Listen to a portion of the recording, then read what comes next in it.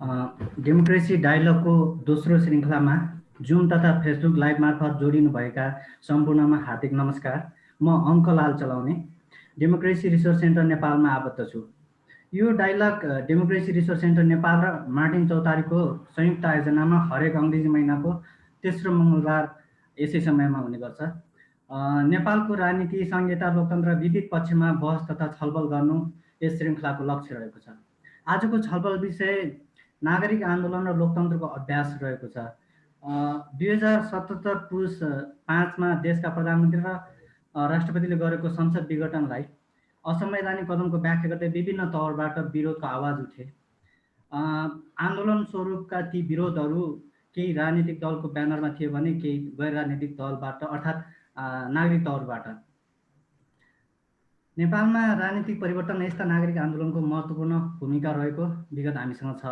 यस्ता नागरिक आन्दोलनको प्रत्यक्ष र परोक्ष सम्बन्ध राज्य व्यवस्थाले अंगीकार गरेका नागरिक हित र अहितसँग जोडिएका हुन्छन्। खास गरी लोकतन्त्र र यसका संस्था संरचनाको जीवनका लागि खबरदारी गर्नुहुन्छ। यसरी झट्ट बुझ्दा अथवा आम जनमानसको बुझाइमा यी निस्वार्थ निष्पक्ष हुन्छन् भन्ने हो। यस सन्दर्भमा आजको छलफल कार्यक्रम मूलतः दुईटा कोणबाट हुनेछ। एउटा नागरिक आन्दोलनले लोकतान्त्रिक अभ्यासमा खेल्ने भूमिकाका सन्दर्भमा र अर्को आन्दोलन त्यसमा पनि नागरिक आन्दोलन एक सामूहिकताबाट सम्भव हुने भएकोले यो आफैमा कति लोकतान्त्रिक हुन्छ भन्ने प्रश्नमा केन्द्रित रहनेछ। छलफलमा हामीसँग वक्ताको रूपमा आज उज्जवल प्रसाई र सरिता तिवारी हुनुहुन्छ। दुवैजना लेखकको रूपमा चिनिनुहुन्छ। दुवैजना राष्ट्रिय दैनिक पत्रिकाहरूमा स्तम्भकारको रूपमा पनि चिनिनुहुन्छ। आजको छलफलका हिसाबले उज्जवल प्रसाई नेपालमा अहिले भएको र भइरहेको नागरिक आन्दोलनमा जोडिएर आन्दोलनलाई र यसका लोकतान्त्रिक अभ्यास र योगदानलाई बुझिराख्नु भएको छ भने त्यसै सरिता तिवारीले चाहिँ नागरिक आन्दोलनलाई काठमाडौँभन्दा अलिक परबाट यसको अभ्यास र योगदानलाई आलोचनात्मक कोणबाट नियालिराख्नु भएको छ। उहाँले गएको चैत 16 गते कान्तिपुरको अनलाइन संस्करण र 17 गते प्रिन्ट संस्करणमा अड्किरहेको हलोमाथि अर्को विमर्श शीर्षकको लेख पुस 5को कदमपछि उठेको नागरिक आन्दोलनमाथि लेख्नु भएको थियो। यो अलिकति आन्दोलनमाथि आलोचनात्मक पनि थियो। त्यही हिसाबले आजको छलफल उहाँहरू दुईजनालाई एक हिसाबले अलिकति आन्दोलनलाई आलोचनात्मक तरिकाले हेर्ने गरी सरिता तिवारीले र आन्दोलनले लोकतान्त्रिक अभ्यासमा कसरी योगदान गरिरहेको छ भन्ने विषयमा केन्द्रित रहेर उज्जवलजीले आफ्नो विचार राख्नुहुनेछ यसमा। अब मैले कार्यक्रमलाई चाहिँ कार्यक्रमबारे बताउनु पर्दाखेरि कार्यक्रम दुई चरणमा हुनेछ। पहिलो खण्डमा आजका वक्ताहरूले चाहिँ विषयमाथि आफ्नो विचार राख्नुहुनेछ भने त्यसपछि चाहिँ हामीले छलफल खुल्ला गर्नेछ। छलफलमा प्रश्न तथा टिप्पणीका लागि जुममा जोडिएका सहभागीले चाहिँ जुमको च्याट बक्समा लेखेर वा त्यसमा भएको ह्यान्ड रेज विकल्पलाई प्रयोग गरी आफ्नै आवाजमा आफ्नो कुरा राख्न सक्नुहुनेछ भने फेसबुक लाइभमा जोडिनु भएकाले चाहिँ कमेन्ट बक्समा आफ्नो कुरा राख्न सक्नेछन्। अब मैले धेरै कुरा नगरिकन वक्ताहरूलाई फ्लोर दिन चाहन्छु। पहिले चाहिँ उज्जवलजीले आफ्नो कुरा राख्नुहुनेछ। उहाँलाई समय 20 मिनट। उज्जवलजी। सबैजनालाई नमस्ते। सबभन्दा पहिला अङ्कलालजीलाई धन्यवाद। डेमोक्रेसी रिसोर्स सेन्टर नेपाल र मार्टिन चौतारी दुवै संस्थाहरूलाई धन्यवाद। खास गरी यो अहिले चलिरहेको नागरिक आन्दोलन बारेमा विभिन्न ठाउँमा विभिन्न ढङ्गले चर्चा परिचर्चाहरू चलिरहेकै छ। पत्र पत्रिकामा नागरिक आन्दोलन बारेमा टिप्पणीहरू आफ्ना धारणाहरू आइरहेकै छन्। यसबीच अहिले मार्टिन चौतारी र डेमोक्रेसी रिसोर्स सेन्टर नेपालले पनि यो आयोजना गरेको छ। यसले नागरिक आन्दोलन बारे विमर्शलाई अझ फैल्याउनेछ, अझ गहिरो बनाउनेछ भन्ने आशा गर्न सकिन्छ। मैले चाहिँ मलाई अङ्कलालजीले भन्नुभएको नागरिक आन्दोलनमा एउटा सदस्यका हिसाबले म केही समयदेखि छु र केही सक्रिय पनि छु। नागरिक आन्दोलनमा खास गरी एउटा सहभागीका हिसाबले मैले नागरिक आन्दोलन नजिकबाट हेरिरहेको छु। त्यसका बैठकहरूमा सहभागी हुने र नागरिक आन्दोलनका नाममा त्यो ब्यानरमा चलिरहेका विभिन्न प्रोटेस्टहरू, डेमोन्स्ट्रेसनहरू, अरू विभिन्न कार्यक्रमहरूमा पनि म सहभागी भएका कारणले मैले त्यसबारेमा केही भन्न सक्छु भन्ने विशेष गरी यहाँहरूले मलाई निम्ता गर्नुभएको हो। म आफ्नो केही अनुभव, मैले बुझेको केही कुरा र यो लोकतान्त्रिक अभ्यासमा नागरिक आन्दोलनले के भूमिका खेल्न सक्ला भन्ने विषयमा म आफ्ना केही कुरा राख्छु। अब हामीले खास गरी लोकतान्त्रिक अभ्यास भनेर भन्दै गर्दा नेपालमा 62-63 पछाडि एउटा उमङ्ग जस्तो एउटा उत्साह जस्तो थियो कि नयाँ नेपाल बन्ने छ, त्यो नेपाल लोकतान्त्रिक हुनेछ र त्यसमा नागरिकको सर्वोच्चता कायम हुनेछ, नागरिकहरूका माग इच्छा आकाङ्क्षाहरूलाई सम्बोधन गरिनेछ र नयाँ नेपालमा नयाँ मान्छे, नयाँ लोकतान्त्रिक मान्छे, नयाँ लोकतान्त्रिक नागरिकहरूले लोकतान्त्रिक अधिकार प्रत्याभूत भएको समाजमा जिउन पाउनेछन् भन्ने एउटा अपेक्षा, एउटा उमङ्ग थियो। त्यस हिसाबले त्यसलाई खास गरी अलिकता एउटा औपचारिकता दिन र त्यसलाई एउटा ढङ्गमा राख्नलाई नयाँ संविधानको खाँचो पनि औल्याइयो र संविधान सभाको चुनाव भयो, दुईवटा संविधान सभा पनि, यो सबै हामीलाई थाहा छँदैछ। र खास गरी नयाँ संविधान पछाडि पनि त्यस्तै खालको एउटा अपेक्षा गरिएको थियो कि देशमा नागरिकहरूको आवाज सुनवाई हुनेछ, संविधानमा पनि नागरिकको आवाजलाई समेटिनेछ र सबै तह तबकाका सबैका इच्छा आकाङ्क्षाहरू र उनीहरूले राखेका जेन्युन मुद्दाहरू सम्बोधन हुनेछन् भन्ने अपेक्षा आम रूपमा त्यो अपेक्षा थियो। र सँगसँगै अर्को अपेक्षा के थियो भने हाम्रा संस्थाहरू लोकतान्त्रिक बन्नेछन्, हाम्रा संस्थाहरूले लोकतन्त्रलाई मजबुत बनाउनेछन् र फैल्याउनेछन्। जस्तो भनौँ न, अब संसद जस्तो ढङ्गले काम गर्नेछ, न्यायालयले राम्रोसँग न्याय सम्पादन गर्नेछ, विश्वविद्यालयहरूले ज्ञान उत्पादनमा सक्रिय भूमिका निर्वाह गर्नेछन्, त्यस्तै गरेर अरू सङ्घ संस्थाहरूले पनि चुस्त ढङ्गले काम गर्नेछन् र त्यो कामले नै नेपाली समाजलाई लोकतान्त्रिक समाजका रूपमा अगाडि बढाउनेछ भन्ने एउटा आम अपेक्षा गरिएको थियो र त्यसबारेमा काफी विमर्शहरू पनि भएका थिए। त्यो अपेक्षा कति पुरा भयो भनेर अहिले सम्झन थाल्यो भने हाम्रो लोकतान्त्रिक अभ्यासले त्यति राम्रोसँग काम गरेन कि भन्ने शङ्का गर्ने ठाउँ प्रशस्त छ। संविधान बनाउने बेलादेखि नै संविधानमै धेरै असन्तुष्टि राखेर विभिन्न नेपाली समाजका विभिन्न तह तबकाले आफ्नो असन्तुष्टिहरू व्यक्त गरेका थिए। खास गरी मधेसले ठुलो आन्दोलन गरेको थियो, जनजातिहरू पनि असन्तुष्ट थिए, महिलाका आफ्ना मुद्दाहरू थिए, दलितका मुद्दाहरू पनि राम्रोसँग सम्बोधन भएनन् भन्ने आवाज मुखरित भएको थियो। यी सबै आवाजलाई राम्रोसँग सम्बोधन गरिएन, बरु बलमिचाइपूर्वक संविधान ल्याइयो भनिएको थियो।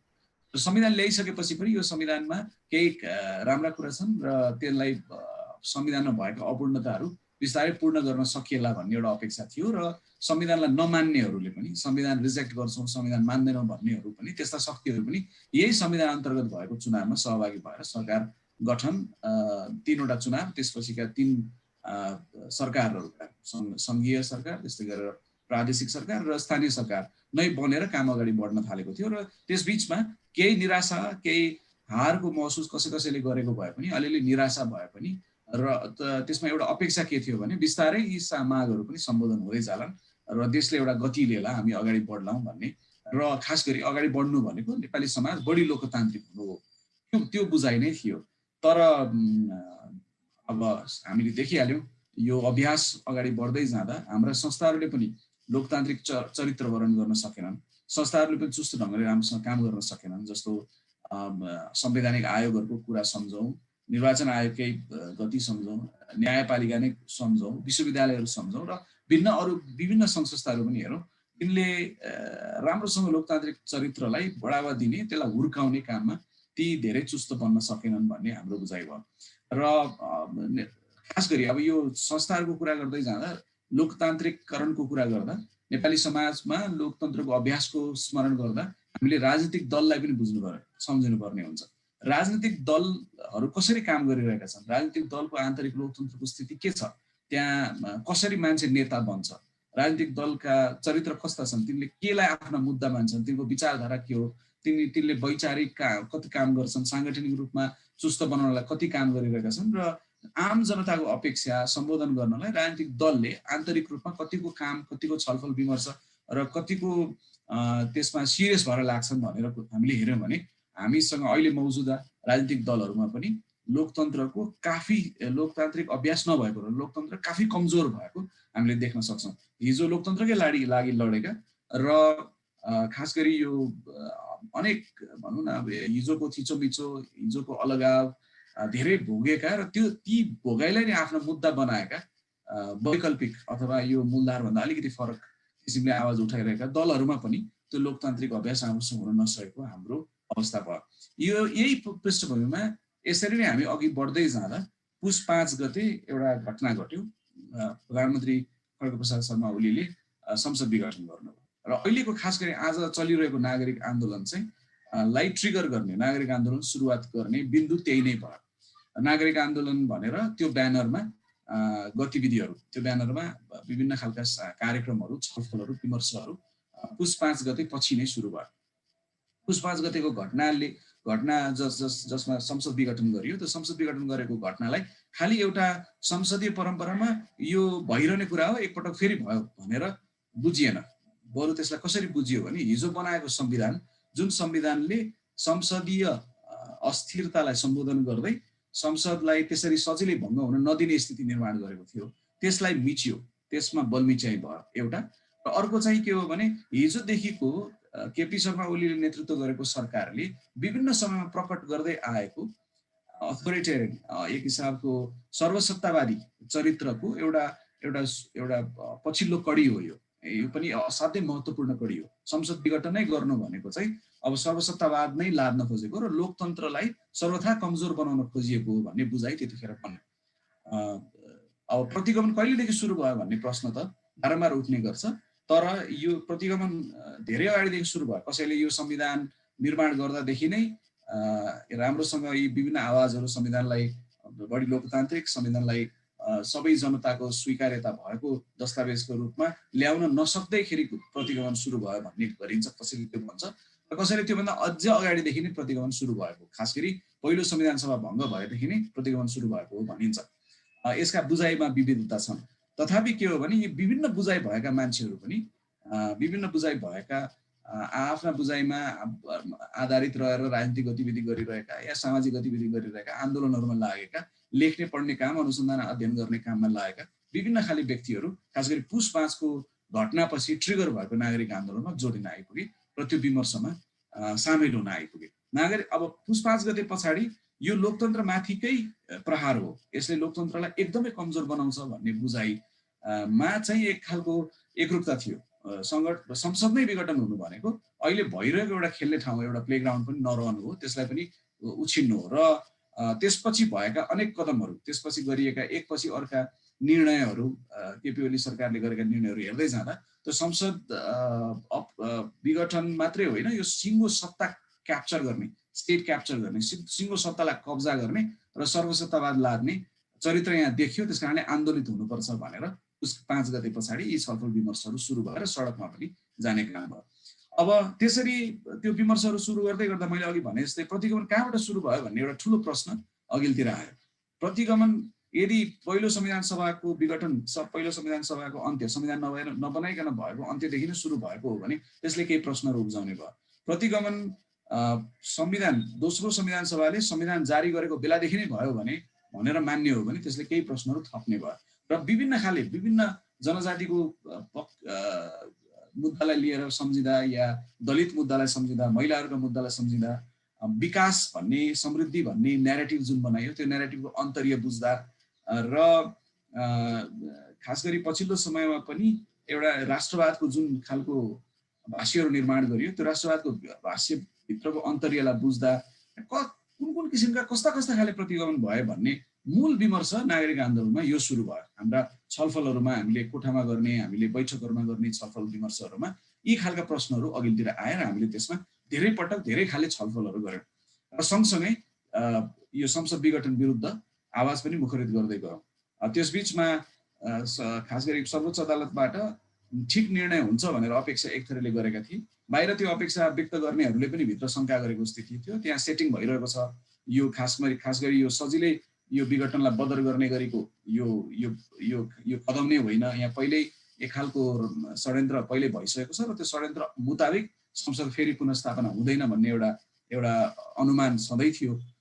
त्यस बारेमा पनि विमर्शहरू चलिरह्यो भने यो आन्दोलन अब अगाडि कसरी बढ्छ र के गर्नुपर्छ अबको आन्दोलनले भन्ने विमर्श पनि सँगसँगै अगाडि बढिरहेको थियो। नागरिक आन्दोलन भनेर पुस 5 गतेपछि ट्रिगर भएका विभिन्न गतिविधिहरूमा सामेल हुँदै गर्दा र यी प्रश्नहरूमा छलफल गर्दै गर्दा नागरिक आन्दोलनमा लागेका साथीहरूलाई एउटा रियलाइजेसन के भयो भने अब नागरिक आन्दोलनले आफ्नो संवाद अझै विस्तार नगर्ने हो भने पुस 5 गतेको संसद विघटनको घटनाले मात्रै र त्यो घटनालाई मात्रै केन्द्रबिन्दु बनाएर सोच्ने हो भने नागरिक आन्दोलन विस्तारित र नागरिक आन्दोलन दिगो हुँदैन।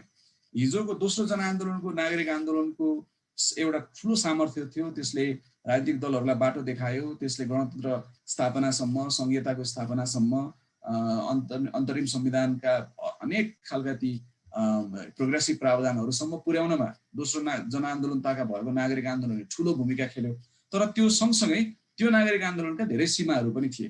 ती सीमालाई सीमा मात्रै मानेर बसिरहनु पर्दैन, तिनलाई छिचोल्दै अगाडि बढ्न पनि सकिन्छ भन्ने खालको विमर्श पनि यो नागरिक आन्दोलनमा सुरु भयो।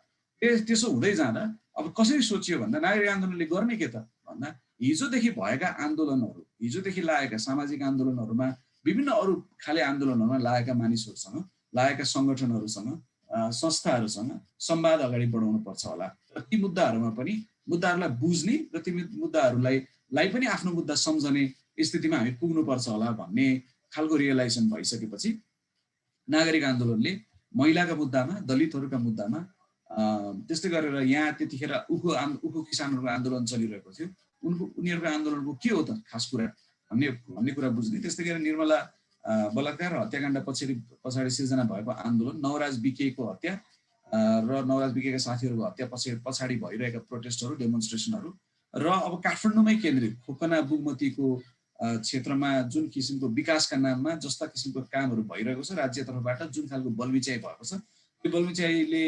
ल्याएको परिणाम र त्यो दुःखद परिणामलाई भोगिरहेका मान्छेहरू पनि आन्दोलन हुन खोजिरहेका छन्। तिनले के भनिरहेका छन् तिनलाई पनि सुन्ने र तिनको आन्दोलनको त्यो उद्देश्य के हो र त्यहाँ नागरिक आन्दोलन, त्यसलाई पनि नागरिक आन्दोलन भन्न सकिन्छ कि सकिँदैन र त्यो यदि नागरिक आन्दोलन हो भने त्योसँग एकाकार कसरी गर्न सकिन्छ भन्ने खालको त्यो ठाउँ, त्यो स्पेस खोज्ने काम पनि नागरिक आन्दोलनले अलिअलि प्रयत्न गर्न थाल्यो। सँगसँगै सुकुम्बासीहरू पनि छन् काठमाडौँमा। अब सम्पदाको आन्दोलन चल्दै गर्दा सम्पदाको आन्दोलनले, खोकना बुगमतीको आन्दोलनले खास गरी सुकुम्बासीको मुद्दालाई त्यति धेरै सम्बोधन गर्न सक्दैन, बरु त्यहाँ बाजिने ठाउँहरू होला। तर सुकुम्बासी काठमाडौँमा छन्।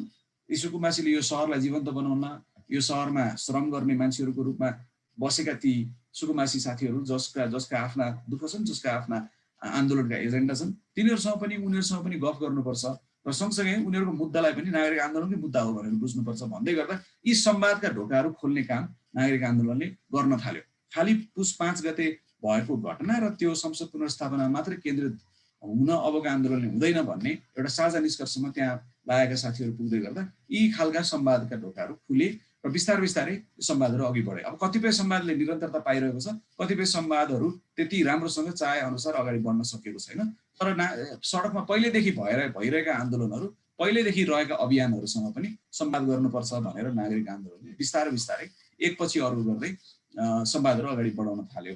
र एउटा के बुझाइ बन्दै गयो भने नागरिक आन्दोलन भनेको एउटा उद्देश्य कुनै घटनाले ट्रिगर त गर्छ, तर यो खास एउटा स्थितिमा पुगेर यसको बैठान हुने भन्दा पनि नागरिक आन्दोलन निरन्तर हुनुपर्छ र त्यसले चाहिँ खालि एक थरी मान्छेले मात्रै सधैँ लिएर हिँड्नुपर्छ भन्ने पनि छैन। त्यसमा नयाँ पुस्ता पनि आउँछन्, नयाँ खालका मान्छेहरू पनि जोडिन्छन्, नयाँ खालका मुद्दाहरू पनि त्यहाँ सृजना हुन्छन् र नयाँ खालको विमर्शले त्यसलाई अगाडि बढाइरहने रहेछ र रहनुपर्ने रहेछ भन्ने खालको एउटा साझा जस्तो बुझाइमा यो बिचमा भएका विभिन्न छलफलहरू त्यो बुझाइमा केन्द्रित हुँदै नागरिक आन्दोलन चलिरहेको छ। अब यसो भन्दै गर्दा बिचमा फेरि हाम्रो एउटा मुद्दा त संसद पुनर्स्थापना पनि छँदै थियो। त्यसलाई त्यो पुरा गर्नका लागि संसद पुनर्स्थापना होस् भनेर त्यो चाहेर त्यो उद्देश्य पुरा गर्नका लागि गतिविधिहरू, डेमोन्स्ट्रेसन्सहरू पनि भइरहेका थिए। त्यसमा हामी सहभागी हुँदै थियौँ। सुप्रिम कोर्टबाट, सर्वोच्च अदालतबाट संसद पुनर्स्थापनाको घोषणा भयो। भइसकेपछि हामीले के गर्यौँ त भन्दा अब के हुन्छ त? अब नागरिक आन्दोलन हिजोकै स्तरमा जसरी हामीले हिजो आह्वान गर्दा संसद पुनर्स्थापनाको मुद्दालाई मुख्य मुद्दा मानेर यहाँ प्रतिगमन भयो, त्यसकारणले यो प्रतिगमनको विरुद्धमा सडकमा आउँ भनेर भन्दै गर्दा जुन खालको सोलिडारिटी पाइयो, त्यहाँ राजनीतिक दलहरू पनि थिए। अघि अङ्कलालजीले भन्नुभयो जस्तो नागरिक दलहरू पनि त्यो आन्दोलन गरिरहेका थिए र त्यसमा जोडिएका मान्छेहरू पनि हामीलाई सोलिडारिटी, ऐक्यबद्धता दिन, साथ सहयोग दिन गर्न तत्परै हुनुहुन्थ्यो। उहाँहरू कतिपय उहाँका स्टुडेन्ट विङमा काम गर्नुभएका साथीहरू, त्यस्तै गरेर विभिन्न अरू विङमा बस्नुभएका साथीहरू पनि नागरिक आन्दोलनमा सहभागी बन्न आउनुभयो र नागरिक आन्दोलनमा मान्छेहरू यसो हेर्दा ठिकै सङ्ख्यामा मान्छेहरू देखिन्थ्यो। अब संसद पुनर्स्थापना भइसकेपछि के हुन्छ त? अब यो आन्दोलन यसरी नै अगाडि बढ्न सक्छ कि सक्दैन भन्ने खालको विमर्श फेरि सुरु भयो। तर हामीले संसद पुनर्स्थापना हुनुभन्दा अगाडि नै नागरिक आन्दोलनमा लागेका सक्रिय सदस्यहरूले विभिन्न खाले छलफलमा अघि मैले भने जस्तो संवादका भिन्न खालका ढोकाहरू खोल्दै जानुपर्छ भन्ने निष्कर्ष अनुरूप ती संवादका प्रयासहरू भइरहेका थिए। र संसद पुनर्स्थापना भइसकेपछि पनि नागरिक आन्दोलनलाई जारी राख्नुपर्छ। किनभने नागरिकका मुद्दाहरू, खास गरी लोकतन्त्रको अभ्यासलाई बलियो बनाउन गर्नै पर्ने कामहरू, सम्बोधन गर्नै पर्ने विषयहरू असरल सडकमा छन्। भिन्न भिन्न किसिमका मुद्दाहरू छन्। एकअर्कामा कतिपय यसो हेर्दा समान देखिन्छन्, एकअर्कामा संवाद गर्न थालेको जस्तो पनि देखिने, तर राम्रोसँग अन्तर्य बुझ्यो भने टापु टापुमा भिन्न भिन्न खालका आन्दोलनहरू चलिरहेको बेलामा संसद पुनर्स्थापना भए पनि नागरिक आन्दोलन जारी रहनुपर्छ र नागरिक आन्दोलन एउटा यस्तो फोरम बन्नुपर्छ जहाँ यी विभिन्न मुद्दामा काम गरिरहेका साथीहरू आउने, संवाद गर्ने र नागरिकहरू एउटा साझा बिन्दु बनाएर सत्तालाई, सरकारलाई, खास गरी शक्तिशाली संस्था, व्यक्तिहरूलाई सचेत तुल्याउने, ताकि लोकतन्त्रमाथि हमला नहोस्, लोकतन्त्र कमजोर नहोस्, लोकतन्त्र अझै फैलिएर अझै मजबुत बनोस् भन्ने खास उद्देश्य राखेर यी विभिन्न मुद्दामा पनि हामीले काम गर्नुपर्छ भन्ने गर्दा हामीले सडक विस्तार, काठमाडौँमा सडक विस्तारका नाममा भएका बलमिचाइहरू, सत्ता तर्फबाट भएका बलमिचाइहरूमा काम गरिरहेका साथीहरूसँग पनि हामीले संवाद गर्न थाल्यौँ र उहाँहरूको मुद्दामा पनि ऐक्यबद्धता जनाउन हामीले उहाँका डेमोन्स्ट्रेसनमा पनि हामी सहभागी भयौँ। त्यस्तै गरेर खोकना पुगमती अघि मैले भने त्यो क्षेत्रको त्यहाँ विभिन्न किसिमका ठुला विकासका प्रोजेक्टहरू लगेर त्यहाँका मान्छेका जग्गा खोज्ने, अहिले जग्गा 10,000 रोपनी जति जग्गा रोक्का गरिएको छ। त्यो रोक्का गरेका मान्छेहरूको पीडा, उहाँहरूले भोगिरहेको समस्या, र त्यो समस्या पनि नागरिकहरूकै समस्या हो भन्दै, र त्यो समस्या खालि खोकनाको मात्रै होइन, खोकनाको जमिन, खोकनाको संस्कृति, एउटा पुरानो सेटलमेन्टका हिसाबले खोकनामाथि भएको अन्यायले सिङ्गो देशलाई तरङ्गित गर्नुपर्छ र त्यस्ता खालका अन्यायहरू देशका अन्य भागहरूमा पनि चल्छन्। त्यो चलेको बेलामा पनि फेरि आन्दोलित हुनुपर्ने र सत्तालाई सचेत गराउनु पर्ने हुन्छ। त्यसकारणले अहिले खोकनासँग हामी यो हाम्रो पनि मुद्दा हो भनेर एकाकार गर्नुपर्छ भन्दै त्यहाँ पनि संवाद गरिरहेको स्थिति छ। र यो बिचमा हामीले खास गरी पब्लिक स्पेसको हाम्रो अहिले पछिल्लो समयमा काठमाडौँ सहरलाई हेर्ने हो र देशका अन्य भागका अन्य सहरहरूलाई पनि हेर्ने हो भने सार्वजनिक स्थलहरू, पब्लिक स्पेसेसहरूलाई खुम्च्याउने, जहाँ खाली जमिन छ त्यो खाली जमिनलाई केवल बजारको आँखाबाट मात्रै हेर्ने, केवल नाफाको आँखाबाट मात्रै हेर्ने र त्यो खाली जमिन देख्ने बित्तिकै त्यहाँ सपिङ मल या भ्यू टावर खडा गर्ने जुन खालको प्रवृत्ति अगाडि बढेको छ, त्यो प्रवृत्तिलाई चुनौती दिन र लोकतन्त्रमा पब्लिक स्पेसेसहरू असाध्यै जरुरी हुन्छन्। हामीले डेमोन्स्ट्रेसन गर्न, हामी भेला हुन, गफ गर्न, शीतल ताप्न, प्रकृतिको नजिक जान या खुला वातावरणमा रमाउन, केटाकेटीहरू, वृद्धहरू बसेर हावा खान, यी सबै कुराका लागि र खास गरी लोकतन्त्रलाई बलियो बनाउनलाई यस्ता पब्लिक स्पेसेसहरू जरुरी हुन्छ। फिजिकल स्पेसेसहरू पनि असाध्यै जरुरी हुन्छन् भनेर यो कुरालाई महसुस गर्दै खास गरी काठमाडौँको एकदमै केन्द्रमा भएको टुँडिखेल र टुँडिखेलमाथि भइरहेको जुन खालको सत्ताको बलमिचाइ छ र टुँडिखेललाई खास गरी सरकार र त्यसमाथि पनि सेनाले कब्जा गरेर राखेको ठुलो भाग छ टुँडिखेलको। यो टुँडिखेल भनेको वातावरणीय हिसाबले हेर्यो भने पनि, सहरको सुन्दरताको हिसाबले हेर्यो भने पनि र पब्लिक स्पेस, लोकतन्त्रमा पब्लिक स्पेसको अवधारणालाई सम्झियो भने पनि त्यो टुँडिखेलमा भइरहेको बलमिचाइका विरुद्धमा हामीले बोल्न जरुरी छ र त्यो आफैमा एउटा मेटाफोरको रूपमा, एउटा बिम्बको रूपमा त्यो विरोध हुन सक्छ र त्यसले अरूलाई पनि मेसेज दिन सक्छ।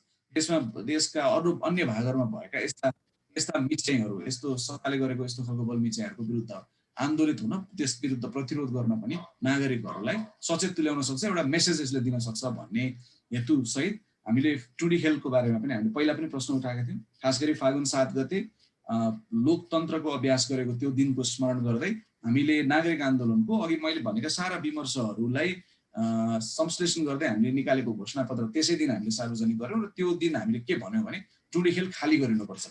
अब हामीले सोच्दै गरेको अहिलेको कुरा के हो भने अब टुँडिखेल खाली गरिनुपर्छ भन्ने जुन आन्दोलन हामीले सुरु गरेका थियौँ, जुन एउटा अभियान जस्तो अभियान पनि होस् भन्ने उद्देश्य साथ त्यतिखेर सुरु गरेको थियो, त्यसलाई फलोअप गर्दै अब वैशाख 11 गते हामीले कुनै किसिमको गतिविधि गर्ने। हुन त यो बेलामा कोरोनाको महामारी छ, बाहिर निस्किन ठुलो भेला हुन हामी सक्दैन होला, तर हामीले जसरी सकिन्छ सेफली हामीले फेरि एकचोटि टुँडिखेल खाली गरेर पब्लिक स्पेसमा कब्जा नजमाऊ, बन्दुकको मौजा नबनाऊ भनेर हामीले आवाज उठाउने र पब्लिक स्पेस किन लोकतन्त्रको लागि जरुरी छ भनेर विमर्श, देशव्यापी रूपमा विमर्श ट्रिगर गर्नको लागि त्यो काम गर्ने भन्ने हामीले निर्णय गरेका छौँ। त्यस्तै गरेर जेठ 10 गते दलित मार्चको आयोजना गरे। नवराज विकेहरू मारिएको र त्यो नवराज विकेको केसमा अहिलेसम्म न्याय सम्पादन हुन नसकेको घटनालाई स्मरण गर्दै जेठ 10 गते फेरि दलित मार्च गर्ने। यसरी नागरिक आन्दोलन अहिले अगाडि बढिरहेको छ। विभिन्न मुद्दालाई नागरिकहरूकै मुद्दा भनेर नागरिक आन्दोलनलाई विस्तारित र गहिरो अझ यसलाई व्यापक बनाउने उद्देश्य साथ नागरिक आन्दोलन अगाडि बढेको छ। यसरी नै हाम्रो लोकतन्त्रको अभ्यासलाई मजबुत बनाउने र लोकतन्त्रलाई फैल्याउने काममा नागरिक आन्दोलनले कुनै न कुनै किसिमको एउटा स्तरको हस्तक्षेप गर्न सकिरहेको छ कि भन्ने लाग्छ।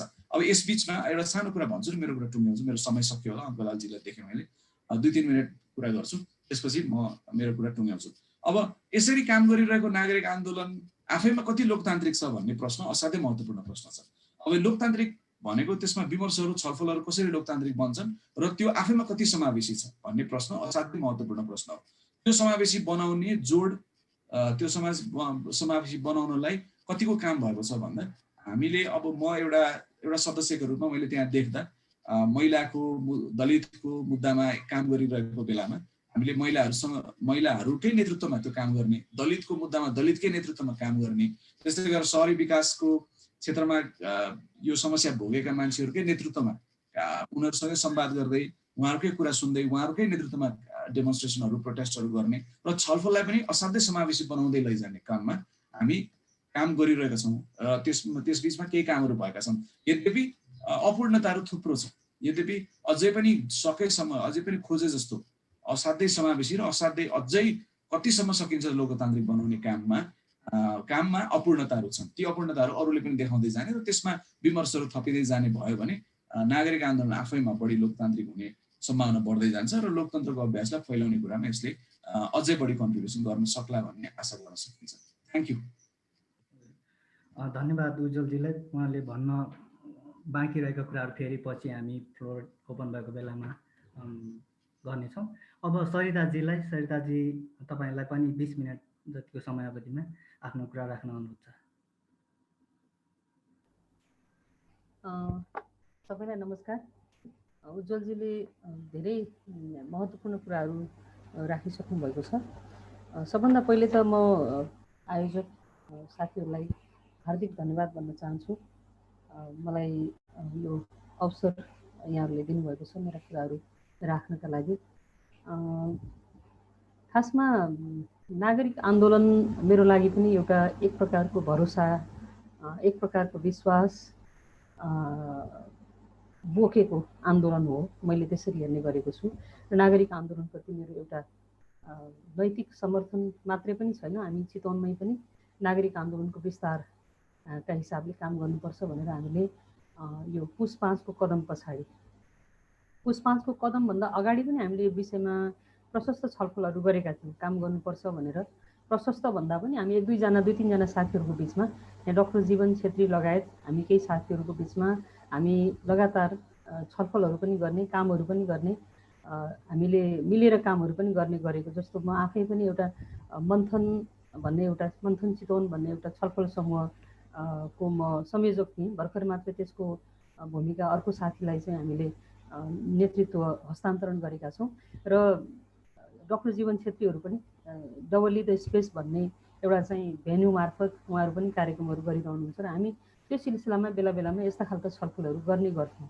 र हामीलाई चितवनमा एउटा यस्तो खालको फोरमको जरुरत छ कि जसले चितवनमा बसेर, खास गरेर चितवनमै भइराखेका गतिविधिहरू, यहाँ जोडिएका विकास निर्माणका गतिविधिहरूदेखि लिएर आम सरोकारका विषयहरूमा चाहिँ हामीले छलफल गर्नुपर्छ र एउटा नागरिक वृत्तको निर्माण गर्नुपर्छ भन्ने विषयमा हामीले छलफल गर्दै आएका थियौँ। तर यो जुन अघि उज्जवलजीले पनि भन्नुभयो पुस 5 को कदम, र तपाईँ आफैले पनि सुरुमा भन्नुभएको थियो, पुस 5 को कदम भनेको हाम्रो चेतनालाई एक हिसाबले चाहिँ झकझक्याउने एउटा यस्तो खालको चाहिँ त्यो घटना बन्यो र त्यो घटना पछाडि लगत्तै काठमाडौँमा नागरिक आन्दोलनको थालनी भयो, हामीले त्यो देख्यौँ। र त्यस पछाडि होइन हामीले पनि काम गर्नुपर्छ भन्ने हिसाबले यहाँ हामी सोचिराखेकै बेलामा त्यहाँबाट साथीहरूले पनि के छ भनेर चाहिँ मलाई पनि फोन गर्नुभयो र जीवनजीहरूसँग पनि कुरा भएको मैले पछि थाहा पाएँ। र अनि हामी चाहिँ अचानकसँग एकदमै हामी पनि बस्नुपर्छ, छलफल गर्नुपर्छ भनेर हामी पनि यहाँ त्यसरी सुरुवात गऱ्यौँ र डाक्टर जीवन छेत्रीकै संयोजकत्वमा हामीले चाहिँ एउटा संविधानको आक्रमण विरुद्ध, अब हामी त्यति बेला त्यस्तो खालको शीर्षक दिएका थियौँ, मतलब चाहिँ नागरिक आन्दोलनको हामीले त्यसरी नामकरण गरेका थियौँ, संविधानको आक्रमण विरुद्ध नागरिक आन्दोलन भनेर हामीले गरेका थियौँ त्यसको चाहिँ सुरुवात। र त्यसको पहिलो मिटिङ हामीले पुसको 11 गते गरेका थियौँ अनि पुसको 12 गते हामी 24 कोठीमा एउटा प्ले कार्ड सहितको विरोध प्रदर्शन गरेका थियौँ। त्यसमा हामी चाहिँ 22-25 जना जम्मा पनि भएको थियौँ। केही साथीहरू, त्यहाँ पत्रकार साथीहरू पनि आउनु भएको थियो र अलि दलसँग असम्बद्ध खालका साथीहरूको हामीले चाहिँ त्यहाँ उपस्थिति, त्यस्ता खालका साथीहरूको उपस्थिति देखेका थियौँ। अनि त्यस पछाडि हामीले अनेक प्रयत्नहरू गऱ्यौँ, तर बिस्तारै बिस्तारै साथीहरू चाहिँ अलिकति डाइभर्ट भएर जाने, अनि यो त्यसमा दलसँग नजोडिएका भन्ठानेका साथीहरू पनि यो वा त्यो तरिकाले चाहिँ बाहिर निस्किन अलिकति असुविधा मान्ने हिसाबले चाहिँ हामीले त्यति धेरै हामीले सोचेको तरिकाले त्यो अगाडि बढाउन सकेनौँ। खैर, यो विषय चाहिँ मैले यहाँको विषय किन राखेको हो भने नागरिक आन्दोलनको जुन सेन्टिमेन्ट छ, जुन हिसाबले काठमाडौँमा साथीहरूले यसको सुरुवात गर्नुभएको थियो, त्यसको विस्तार हामीले यहाँ पनि गर्नुपर्छ। हामीले यहाँबाट पनि हाम्रो आवाज पनि त्यो आवाजसँग मिसिएको छ भन्ने हिसाबले चाहिँ हामीले पनि मुखर तरिकाले हाम्रो कुरा राख्नुपर्छ भन्ने प्रयत्न गरेका थियौँ।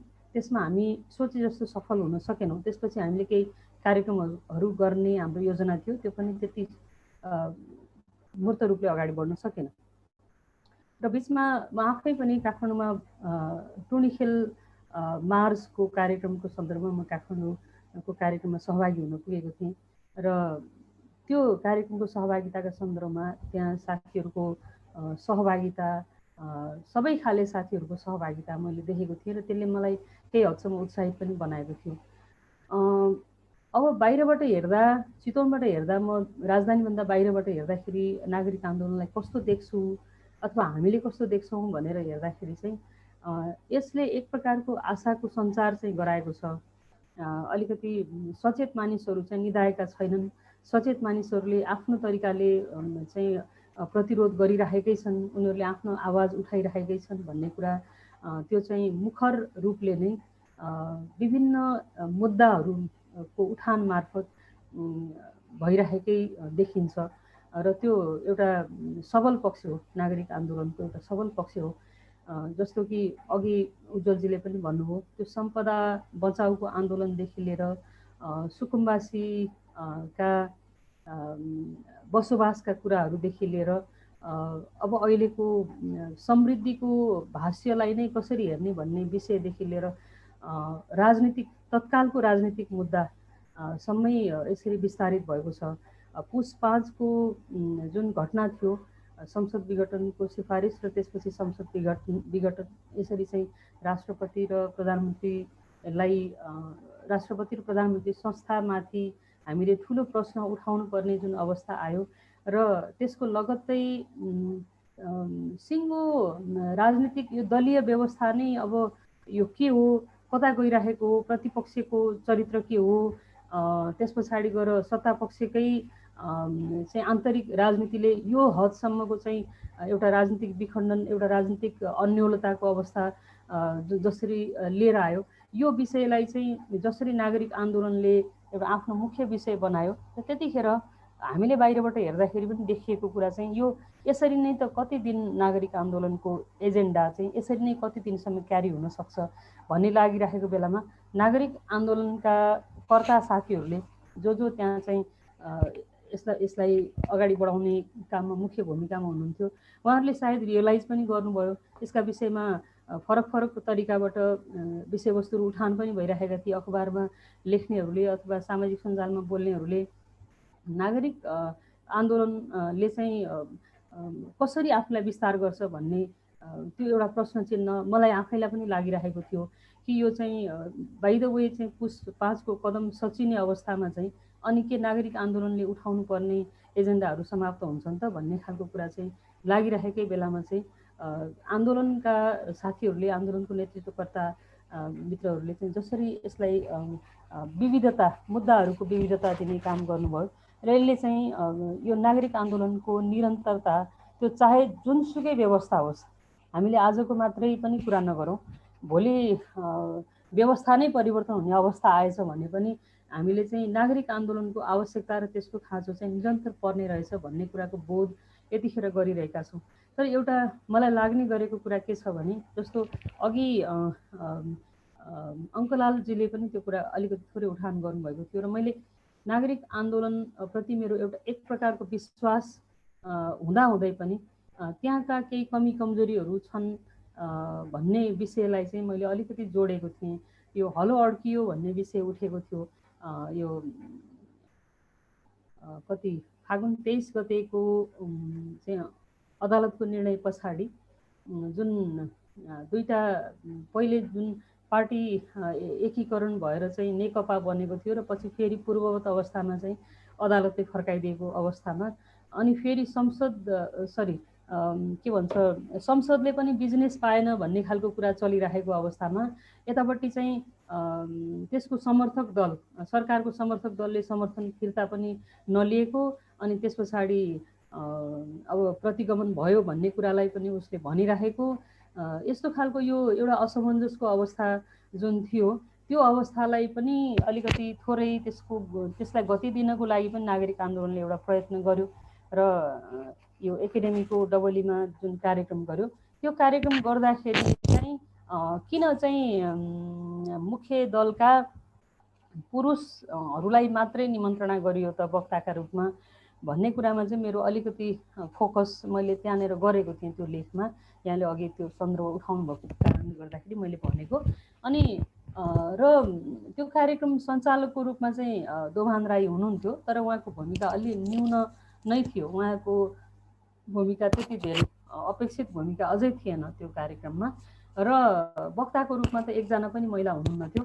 भनेपछि चाहिँ हलो अड्केको विषयलाई चाहिँ अलि बढी प्राथमिकतामा राखिएको थियो र नागरिक आन्दोलनकै एकजना मुख्यकर्ता कृष्ण खनालको त्यही दिनमा आर्टिकल आएको थियो हलो अड्केको विषयलाई नै लिएर भने। अनि मलाई चाहिँ के लाग्यो भने यो हलो अड्किने भन्ने जुन बिम्ब छ त्यो बिम्बलाई नै मैले पछाडि फर्केर हेर्न रुचाएको थिएँ। किनभने हलो कसले चलाउँछ भन्दा हलो त पुरुषहरूले चलाउँछन् होइन। अब अहिले चाहिँ प्रविधिको विस्तारले गर्दाखेरि हाते हलो हाते ट्र्याक्टरदेखि लिएर ट्र्याक्टरहरू पनि महिलाले चलाउँछन्, त्यो एउटा कुरा हो। तर त्यो कति महिला मैत्री छ भन्ने कुराको फेरि आफ्नो एउटा छुट्टै चाहिँ पाटो छ, अर्कै छुट्टै विमर्श छ त्यसमाथि। र भनेपछि चाहिँ हलो चलाउने नै पुरुष हुन्, हलोको अनौ नै पुरुषले समाउँछन् भनेपछि चाहिँ अनि त्यो हलो कसरी बाहिर निकाल्ने, त्यसको फाली कसरी बाहिर निकाल्ने भन्ने कुराको आइडिया त महिलासँग हुने भएन भन्ने अपेक्षा त्यही कारणले गर्दाखेरि चाहिँ एकजना पनि महिलालाई चाहिँ त्यहाँ सहभागी बनाउन चाहिँ जरुरी ठानिएन भन्ने मलाई लाग्यो। त्यो मैले चाहिँ मात्रै एउटा बिम्बको रूपमा कुनै महिलालाई राख्नु पर्थ्यो भन्ने कुरा मैले गरेको थिइनँ कि महिलाले चाहिँ नेपालको राजनीतिलाई अहिलेसम्म महिलाले लिड गर्नै नपाएको कारणले गर्दा, किनकि तिनीहरूले त हलो अड्काउनै पाएनन् नि त। जसले हलो अड्कायो उसँग नै बहस गर्नुपर्ने कारणले गर्दाखेरि चाहिँ नागरिक आन्दोलनले पनि हलो अड्काउनेलाई नै बोलाउने भयो भन्ने अर्थमा चाहिँ फेरि नेपाली समाजको संरचना र समग्र पितृसत्तात्मक चाहिँ जुन व्यवस्थाको जुन संरचनात्मक पक्ष छ म त्यतातिर चाहिँ मैले लक्ष्य गरेको थिएँ। र यसरी चाहिँ नागरिक आन्दोलन जस्तो एउटा बृहद र समावेशी आन्दोलनले चाहिँ यस्ता विषयमा ध्यान दिनुपर्छ भन्ने मलाई लागेको थियो र अहिले पनि म त्यो विषयलाई जोड्न चाहन्छु। र अहिले जस्तो समावेशिताको कुरा आयो होइन, महिलाको, दलितको, त्यसै गरेर सहरी विकाससँग जोडिएको विषय र यी सबै विषयहरू सहित चाहिँ छलफलहरूलाई चाहिँ अधिकतम समावेशी बनाउने हामी प्रयत्न गर्दैछौँ भन्ने कुरा चाहिँ उज्जवलजीले राख्नुभएको छ। त्यो हिसाबले हेर्दाखेरि पक्कै पनि अब यी धेरै किसिमका टिप्पणीहरू जस्तो नागरिक आन्दोलनलाई टिप्पणी जुन यो सिंहदरबार मार्चको बेलामा चाहिँ महिला मार्चको बेलामा जुन त्यो जनै को विषय उठेको थियो, जनैको विषय, जनै प्रकरण पनि अलि चर्कै तरिकाले उठेको थियो। त्यो अझै बढी नै उठेको थियो, बढी मुखर तरिकाले उठेको थियो र त्यसमाथि अलिकति समीक्षा पनि साथीहरूले अलि राम्रैसँग गर्नुभयो भन्ने मलाई लाग्छ। र यसरी हेर्दाखेरि चाहिँ हामीले अत्यन्तै संवेदनशील भएर र धेरै मसिना ठानेका विषय, धेरै लगभग यी त विषय पनि होइनन् कि भन्ने ठानेका विषय पनि कसरी विषयका रूपमा आउँछन्, कसरी मुद्दाका रूपमा आउँछन् भन्ने विषयलाई चाहिँ नागरिक आन्दोलनले ध्यान दिनुपर्ने रहेछ भन्ने चाहिँ त्यतिखेरको टड्कारो बोध आन्दोलनकर्ता साथीहरूले पनि पक्कै गर्नुभयो र हामीले बाहिरबाट हेर्दाखेरि पनि त्यो गरियो। त्यो एउटा पाटो त्यो भयो भने अर्को पाटो चाहिँ मैले चितवनमा बसेर हामीले काम गर्ने सन्दर्भका हाम्रा चाहिँ प्रयत्नका असफलताहरूलाई पनि अथवा चाहिँ हामीले सानो प्रयत्न जुन गर्न खोजेका थियौँ त्यसमा चाहिँ हामीले अपेक्षित सफलता प्राप्त गर्न हामीले नसकेको कुरालाई चाहिँ हामीमा पनि अलिकति धैर्य भएन कि भन्ने मलाई लाग्छ। किनभने काठमाडौँ भनेको चाहिँ देशैभरका मान्छेहरू अथवा चाहिँ देशको केन्द्र भएको कारणले गर्दा हामीले जतिसुकै अहिले सङ्घीयताको अभ्यास गरियो भन्ने कुरा हामीले भन्छौँ होइन, तर पनि प्र्याक्टिसमा चाहिँ फेरि पनि काठमाडौँ भनेको केन्द्र हो, अहिले पनि काठमाडौँ जाने भनेको चाहिँ केन्द्रमा जाने हो भन्ने खालको अनुभूति हामीलाई छ। जिल्ला भनेर अनि त्यस पछाडि काठमाडौँ भन्ने कुरा चाहिँ अहिले पनि छ। जिल्ला जाने भनेर भनिन्छ, काठमाडौँ जाने भनेर भनिन्छ। त्यो हिसाबले हेर्दाखेरि चाहिँ अब जिल्लामा गरिने प्रयत्न काठमाडौँको जस्तो त्यो रौनक होइन, त्यो चाहिँ व्यापकता, त्यो चाहिँ एक प्रकारको प्रतिफल पनि देखिने खालको चाहिँ सहभागिता हामीले यहाँ चाहिँ त्यस्तो खालको जुटाउन सकेनौँ भन्ने मलाई लाग्छ। त्यसको सीमा चाहिँ निश्चित ठाउँ भयो एउटा कुरा। र अर्को कुरा मलाई चितवनको हकमा कुरा गर्नुपर्दाखेरि चाहिँ यो ठाउँलाई मैले पछिल्लो समयसम्म आइपुग्दाखेरि चाहिँ यो मैले अनुभव गरेको के छ भने जस्तो पञ्चायत विरुद्धको आन्दोलनमा एक प्रकारले चाहिँ नागरिकहरूलाई चाहिँ उत्प्रेरित गर्ने कुरामा दलहरूको जसरी जागरुक भएर लागेका थिए अथवा चाहिँ बिचको समयमा पनि यो प्रजातन्त्र प्राप्तिको आन्दोलनको बेला मात्रै होइन कि त्योभन्दा पछाडि आएर यो 52, 55, 58, 60 सालसम्म पनि यहाँको नागरिकहरूको चेतना चाहिँ अलिकति जागरुकता तर्फ उन्मुख हुने खालको चेतना मैले अनुभव गर्छु पछाडि फर्केर हेर्दाखेरि भने। अहिले पछिल्लो समय चाहिँ हाम्रो यहाँको चाहिँ बसोबासको हिसाबले पनि यो धेरै जिल्लाहरूबाट मान्छेहरू आउने र अनि खास गरेर घडेरी बिक्री गर्ने हिसाबले एकदमै धेरै मान्छेहरू घडेरी किनबेच गर्ने हिसाबले यहाँको चाहिँ त्यस्तो खालको त्यसरी विस्तार भइरहेको छ र मानिसहरू असाध्यै धेरै चाहिँ यो किनमेल गर्ने कुराको प्रतिस्पर्धा गर्ने अनि एकदमै प्रपर्टीको प्रतिस्पर्धा गर्ने अनि पैसामुखी चेतना एकदमै धेरै बढेर गएको अवस्था मैले यहाँ देख्छु भने। बाहिर चाहिँ यस्ता खालका सार्वजनिक सरोकारका विषयमा गरिने छलफल, राजनीतिक सरोकारका विषयमा गरिने छलफलमा चाहिँ मैले त्यस्ता चिया पसलहरूदेखि लिएर कुनै प्राज्ञिक स्तरका छलफलहरू चाहिँ हामीले यहाँ म चाहिँ देखिरहेको छैन र हामीले गरेका प्रयत्नमा पनि हामीले बेला बेलामा छलफलहरू चलाउँछौँ। यही पुस 5 को प्रतिगमन पछाडि हामीले एउटा बृहत छलफल भनेर डाकेका थियौँ। हामीले त्यसमा हामीले सोचेको जस्तो उपस्थिति, सोचेको जस्तो चाहिँ सहभागिता पाउन सकेनौँ। त्यसरी हेर्दाखेरि चाहिँ मैले पछिल्लो समय चाहिँ यो सहर चाहिँ बिस्तारै बिस्तारै एउटा डेड सिटी, एउटा चेतनाको हिसाबले हेर्दाखेरि चाहिँ चेतनाको मरुभूमिकरण हुँदै गइरहेको सहर हो त यो भन्ने हिसाबले मैले चाहिँ त्यसरी हेर्न थालेको छु। र हामी यस्तो ठाउँमा बसेर हेर्दाखेरि चाहिँ काठमाडौँतिर फर्केर हेर्दाखेरि भरोसा जाग्छ, आशा लाग्छ होइन। कम्तीमा पनि साथीहरूले एउटा खालको प्रयत्न गरिराख्नु भएको छ, त्यहाँ अग्रजहरू जोडिनु भएको छ। हिजो 46 सालको आन्दोलनताका अथवा 62-63 को आन्दोलनताका नागरिक आन्दोलनले जसरी भूमिका निर्वाह गरेको थियो ती चाहिँ आन्दोलनका कर्ताहरू आज पनि त्यो आन्दोलनसँग जोडिनु भएको छ भन्ने हिसाबले हामी आशावादी छौँ। तर पनि एउटा समग्रमा हेर्दाखेरि के हो भने नागरिक आन्दोलन भनेको सुधारात्मक आन्दोलन नै हो भन्ने मेरो बुझाइ छ। नागरिक आन्दोलनले एकदम व्यापक परिवर्तन ल्याउनको लागि नागरिक आन्दोलनले त्यति ठुलो भूमिका निर्वाह गर्न सक्दैन भन्ने मलाई लाग्छ र यहाँहरूलाई पनि पक्कै त्यो लाग्छ नै। नागरिक आन्दोलन जसले हाँकिराख्नु भएको छ, जो सहभागी हुनुभएको छ, उहाँहरूलाई पनि त्यो पक्कै लाग्छ। किनभने दलीय अपेक्षाबाट बाहिर बसेको व्यक्ति नै नागरिक आन्दोलन दलभित्र बसेर मलाई चाहिँ यो व्यक्तिले यसो गरिदेला, मैले भोट हालेपछि चाहिँ मेरो छोराले जागिर पाउला, छोरीले जागिर पाउली अथवा यो होला भन्ने खालको अपेक्षा गर्ने खालको जुन छ, मैले यो पार्टीमा भोट हालेँ भने मलाई यो हुन्छ भन्ने तरिकाको एकदम अहिले भर्खरै प्रतिफल खोज्ने जुन खालको चाहिँ हाम्रो अहिलेको जुन दलीय समर्थनको राजनीति चाहिँ जसरी अगाडि बढेको छ त्यो राजनीतिभन्दा बाहिर बसेको र सचेत वर्ग नागरिक आन्दोलनसँग जोडिन्छ भन्ने हामीले बुझेका छौँ।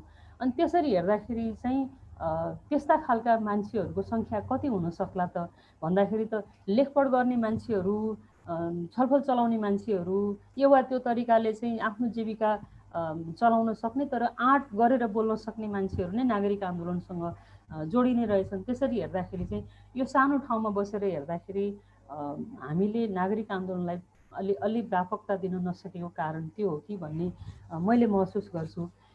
र समग्रमा मैले भन्ने कुराहरू त खासै धेरै छैनन् र मलाई लाग्ने गरेको एउटा मात्रै कुरा के छ भने हामीले नागरिक आन्दोलनलाई यति धेरै नागरिक आन्दोलनसँग यति ठुलो अपेक्षा पनि नराखौँ कि त्यसले अघि उज्जवलजीले भनेका जस्तो सबै कामहरू त्यसैले सर्ट आउट गर्न सक्छ, सबै कुराको नेतृत्व नागरिक आन्दोलनले लिन सक्छ, सबै कुराको ठेक्का, सबै कुराको अकाउन्टेबिलिटी नागरिक आन्दोलनसँग नै हुन्छ भन्ने अपेक्षा नागरिककर्ताहरूले पनि त्यति धेरै राख्नु ठिक हुँदैन भन्ने लाग्छ।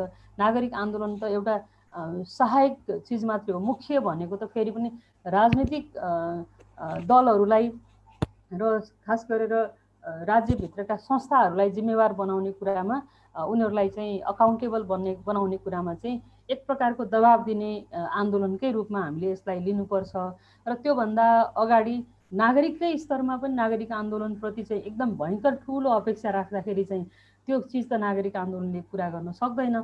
नागरिक आन्दोलनका पनि लिमिटेसन छन्। त्यहाँ फरक फरक समूहबाट फरक फरक वैचारिक चाहिँ विचारधारात्मक आन्दोलनहरूबाट त्यसरी फरक फरक क्षेत्रका मानिसहरू आएर जोडिनु भएको हुँदाखेरि चाहिँ म चाहिँ आशा भनेको के मात्रै हो भने यसले चाहिँ एउटा खास विषयवस्तुहरूलाई खास तरिकाबाट उठान गर्छ र त्यो विषयमा चाहिँ राज्यले सरोकार राख्नै पर्छ, राज्यले ध्यान दिनुपर्छ र राज्यलाई चाहिँ जवाफदेही बनाउनको लागि चाहिँ यसले भूमिका खेल्छ भन्ने अर्थमा चाहिँ म आशावादी हुन्छु, आशावादी हुने गरेको छु।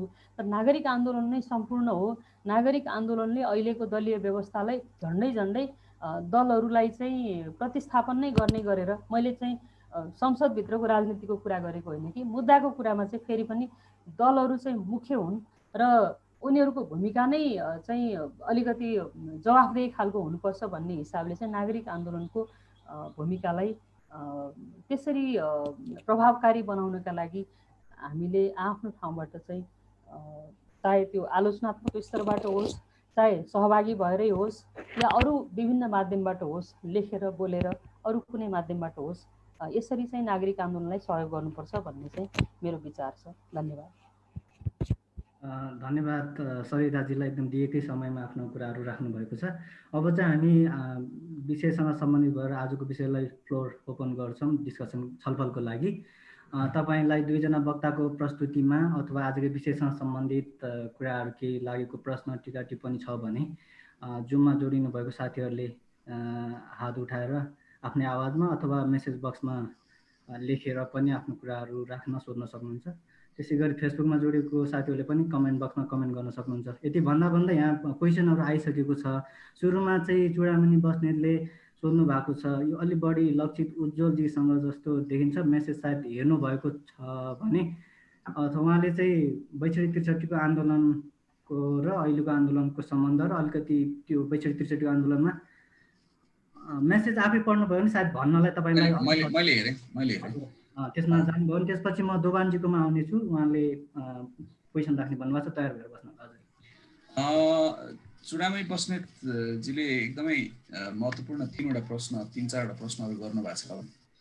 म यो क्रमैसँग भन्दै जान्छु। यो अहिले चाहिँ पहिला 62-63 आन्दोलनको यो निरन्तरता हो कि होइन भन्ने प्रश्न छ। यो निरन्तरता नै हो भन्ने लाग्छ हामीलाई, किनभने यो नागरिक आन्दोलन पुस 5 गते घटना पछाडि नागरिक आन्दोलन गर्नुपर्छ भन्दै गर्दा त्यस बेला त म आफै धेरै सक्रिय थिइनँ, तर अलिक पछि म सक्रिय हुन थालेको हो। तर त्यस बेलैदेखि अहिले नागरिक आन्दोलन गर्नुपर्छ भनेर जुट्नु भएका साथीहरू पहिलाको 62-63मा सक्रिय भूमिका निर्वाह गरेका अग्रजहरूसँग संवादमा हुनुहुन्थ्यो र अहिलेसम्म संवाद निरन्तर जारी छ।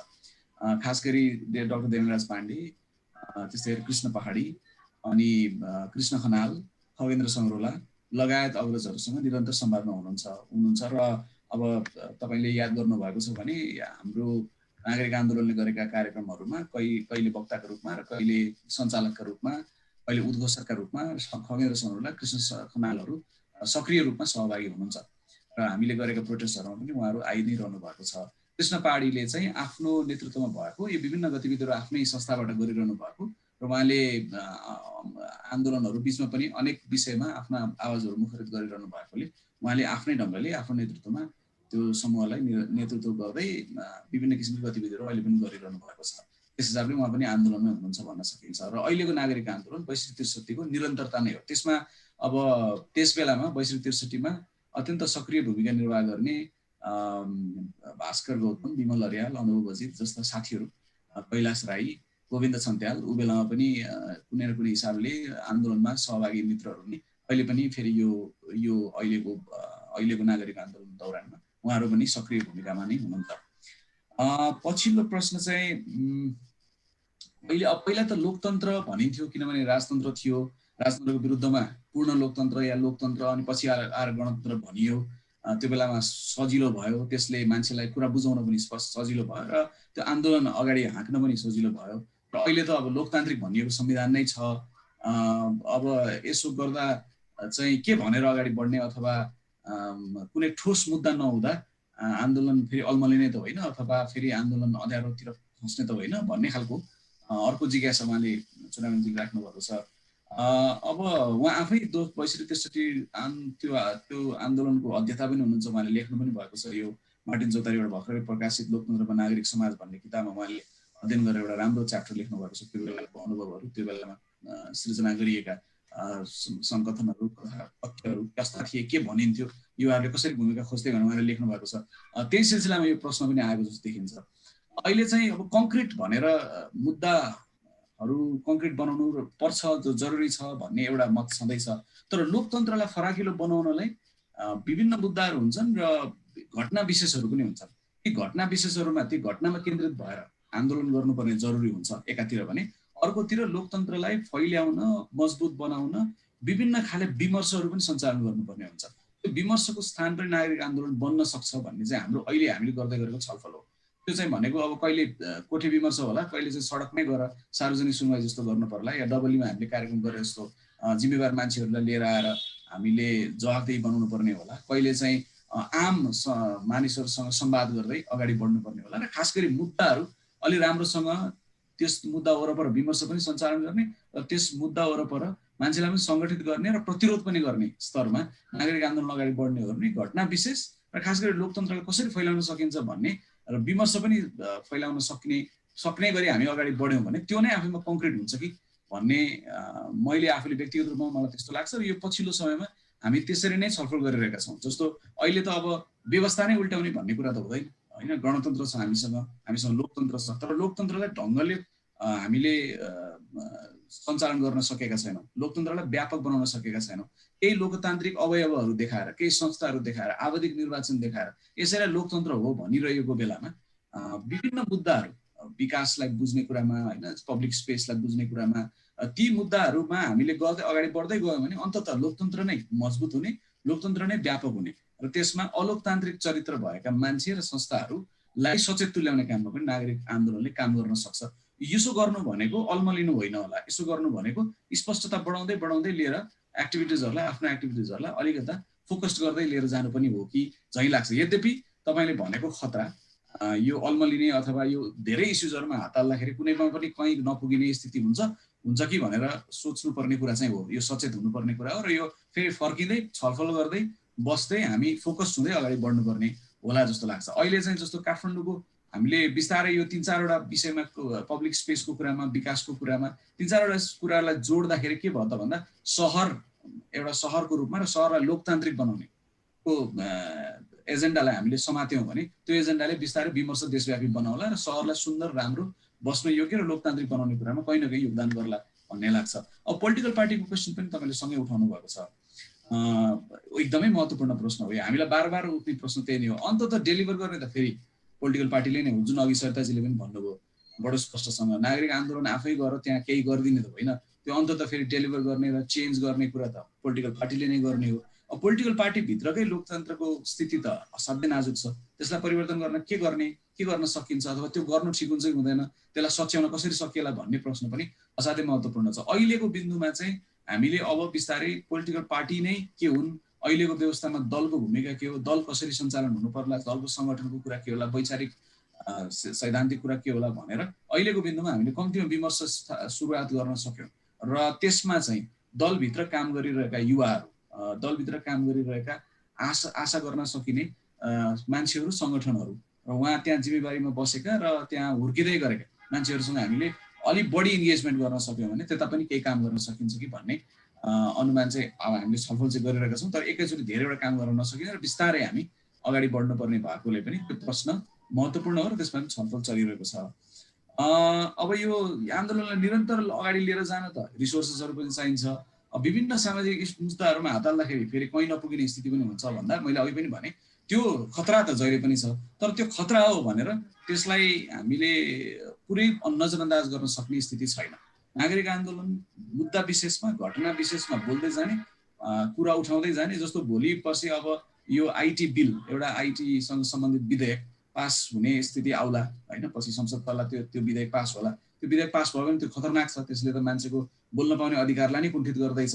त्यो विषयमा हामीले व्यापक विमर्श पनि गर्ने र सँगसँगै प्रतिरोध पनि अगाडि बढाउने स्थितिमा हामी पुग्नुपर्छ। हामीले गरिरहेका काम अथवा हामीले केही निरन्तर गरिरहेको थियौँ भने पनि त्यसलाई थाती राखेर त्यहाँ लड्नुपर्ने हुनसक्छ, किनभने त्यसले लोकतन्त्रलाई असाध्यै विकलाङ्ग तुल्याउँछ भन्ने हामीले अनुभूत गर्नुपर्ने हुन्छ। त्यस कारणले मुद्दा विशेषबाट पनि हामी त्यसलाई पनि हामीले ध्यानसँग हेरिरहने, अलर्ट भइरहने, एउटा पेरिनियल भिजिलेन्सको काम पनि हामीले गरिरहने, सँगसँगै विमर्शलाई पनि व्यापक बनाउने र विभिन्न मुद्दाहरूलाई जोड्दै त्यसलाई सङ्गठित भन्नुको अर्थ फेरि सङ्गठन बनाउने हिसाबमा होइन कि त्यसलाई मान्छेहरूलाई एकअर्कासँग, जस्तो दलितको मुद्दासँग अन्यत्र इतर समुदायले पनि त्यसमा चासो राख्ने र त्यसमा आन्दोलित हुने स्थिति हामीले निर्माण गर्न सक्छौँ कि भनेर हामीले अहिले छलफल गरिरहेका छौँ। यद्यपि यो छलफलकै क्रममा र हामीले विमर्शकै क्रममा छौँ र हामी केही पछि हामी यसलाई हाम्रो हिजो हामीले लेखेको घोषणापत्रलाई पनि र हाम्रो अरू गतिविधिलाई पनि हामी फोकस बनाउँदै लैजान्छौँ जस्तो लाग्छ।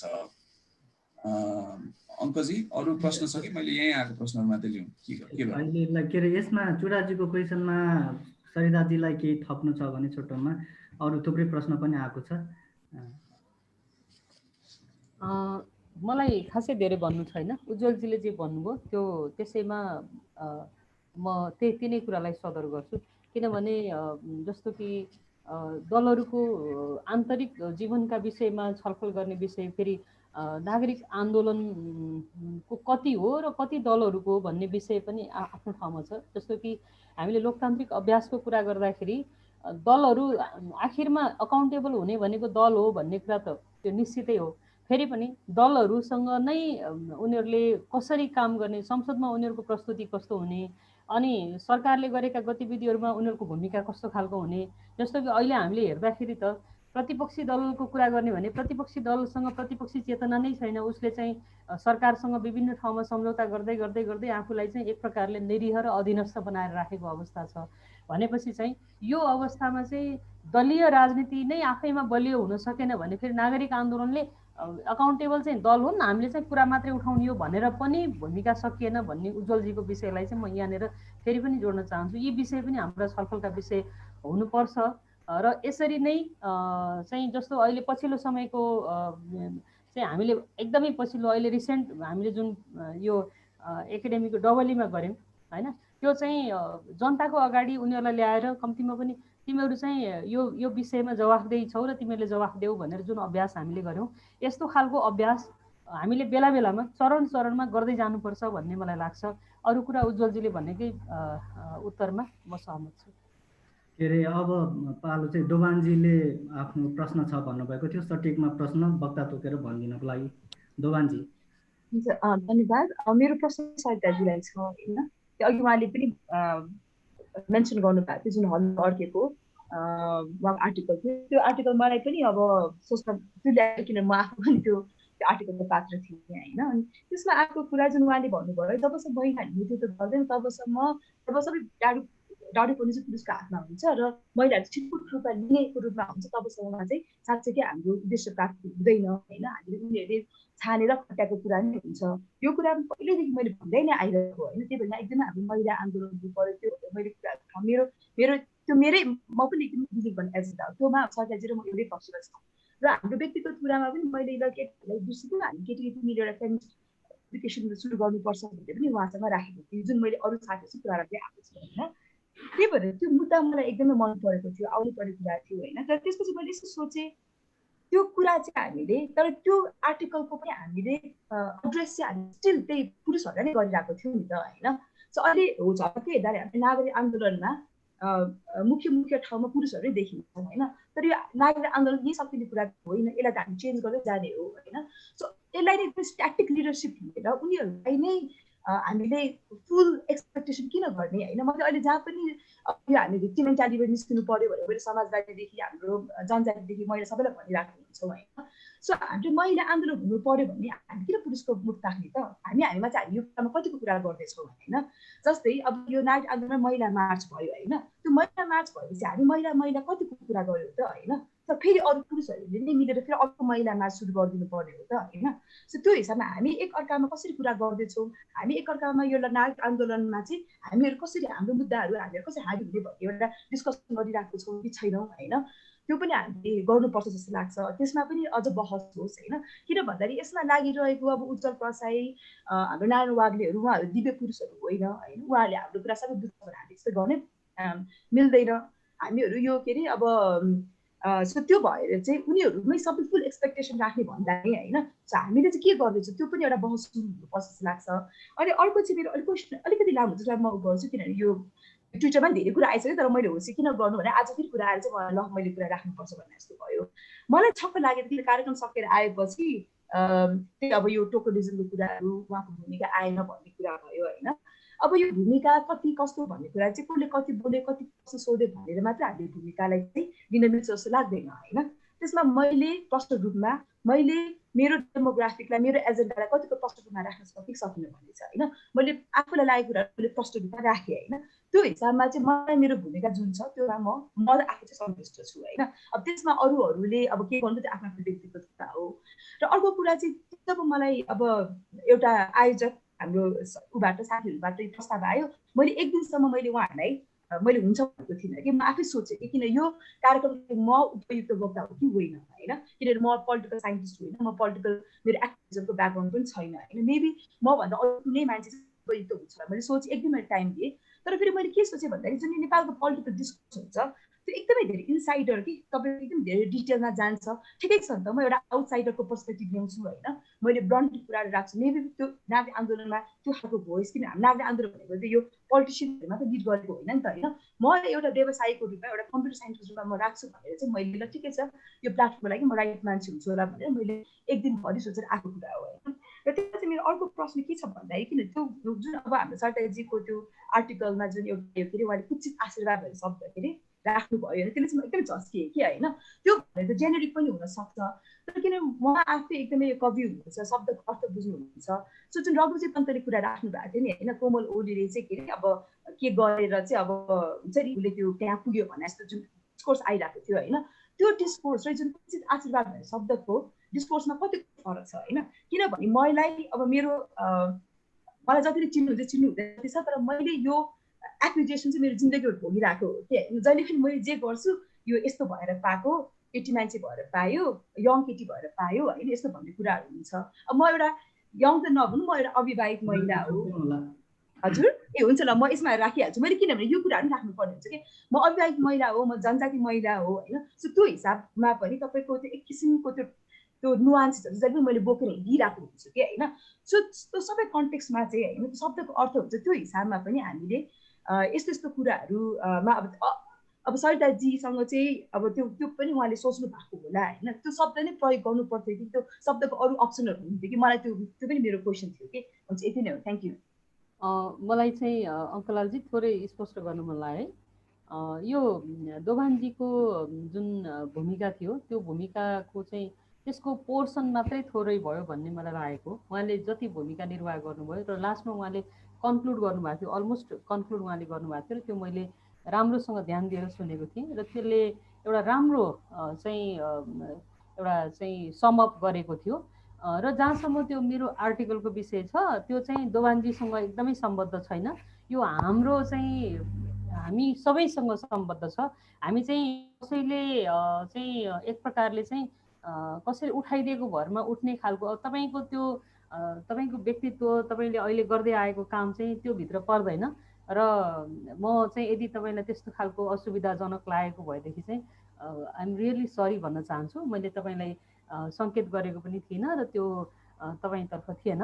त्यो समग्रमा हाम्रो प्रवृत्ति कस्तो खालको छ भने, समग्रमा भनेको मैले, त्यो चाहिँ ममा पनि हुनसक्छ, त्यसको चाहिँ थोर बहुत त्यो प्रवृत्ति ममा पनि हुनसक्छ र अरूमा पनि छ, त्यो म देख्छु बेला बेलामा।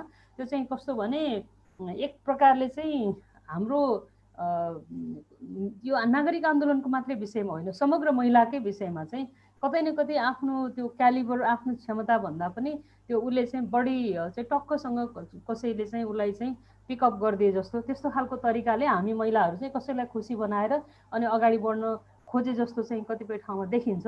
तर समग्रमा चाहिँ एउटा महिलाहरूको एउटा व्यापक र अलि ऱ्यासनल खालको, अलि विवेकसम्मत खालको चाहिँ आन्दोलनको जरुरत छ भन्ने सन्दर्भमा चाहिँ मैले हामी आफैले उठाउन सक्ने, हामी आफैले चाहिँ त्यसलाई चाहिँ एउटा किनारामा लैजान सक्ने आन्दोलन हाँक्न जरुरी छ भन्ने सन्दर्भमा चाहिँ हामीले कसैका कुत्सित आशीर्वाद भनेको महिलाले आफैले थाहा पाइरहेको हुन्न कि मलाई चाहिँ कसले कुन हिसाबले चाहिँ मलाई कसरी उ गर्न खोजिरहेछ, कसरी चाहिँ मबाट केही निश्चित खालका चाहिँ फाइदा लिन खोजिरहेछ भन्ने कुरा कतिपय महिलालाई पनि थाहा नभइकन अनि उसबाट चाहिँ उसको भूमिका त्यसरी पनि अगाडि आइरहेको हुनसक्छ भन्ने अर्थमा मैले त्यो भनेको हो जस्तो लाग्छ। मैले चाहिँ व्यक्तिगत रूपले म चाहिँ दोभानजीका लेखनबाट, उहाँको हामीले बेला बेलामा हामीले यहीँका छलफलमा पनि दोभानजीलाई बोलाउने गरेका छौँ, यसबाट म असाध्यै प्रभावित छु।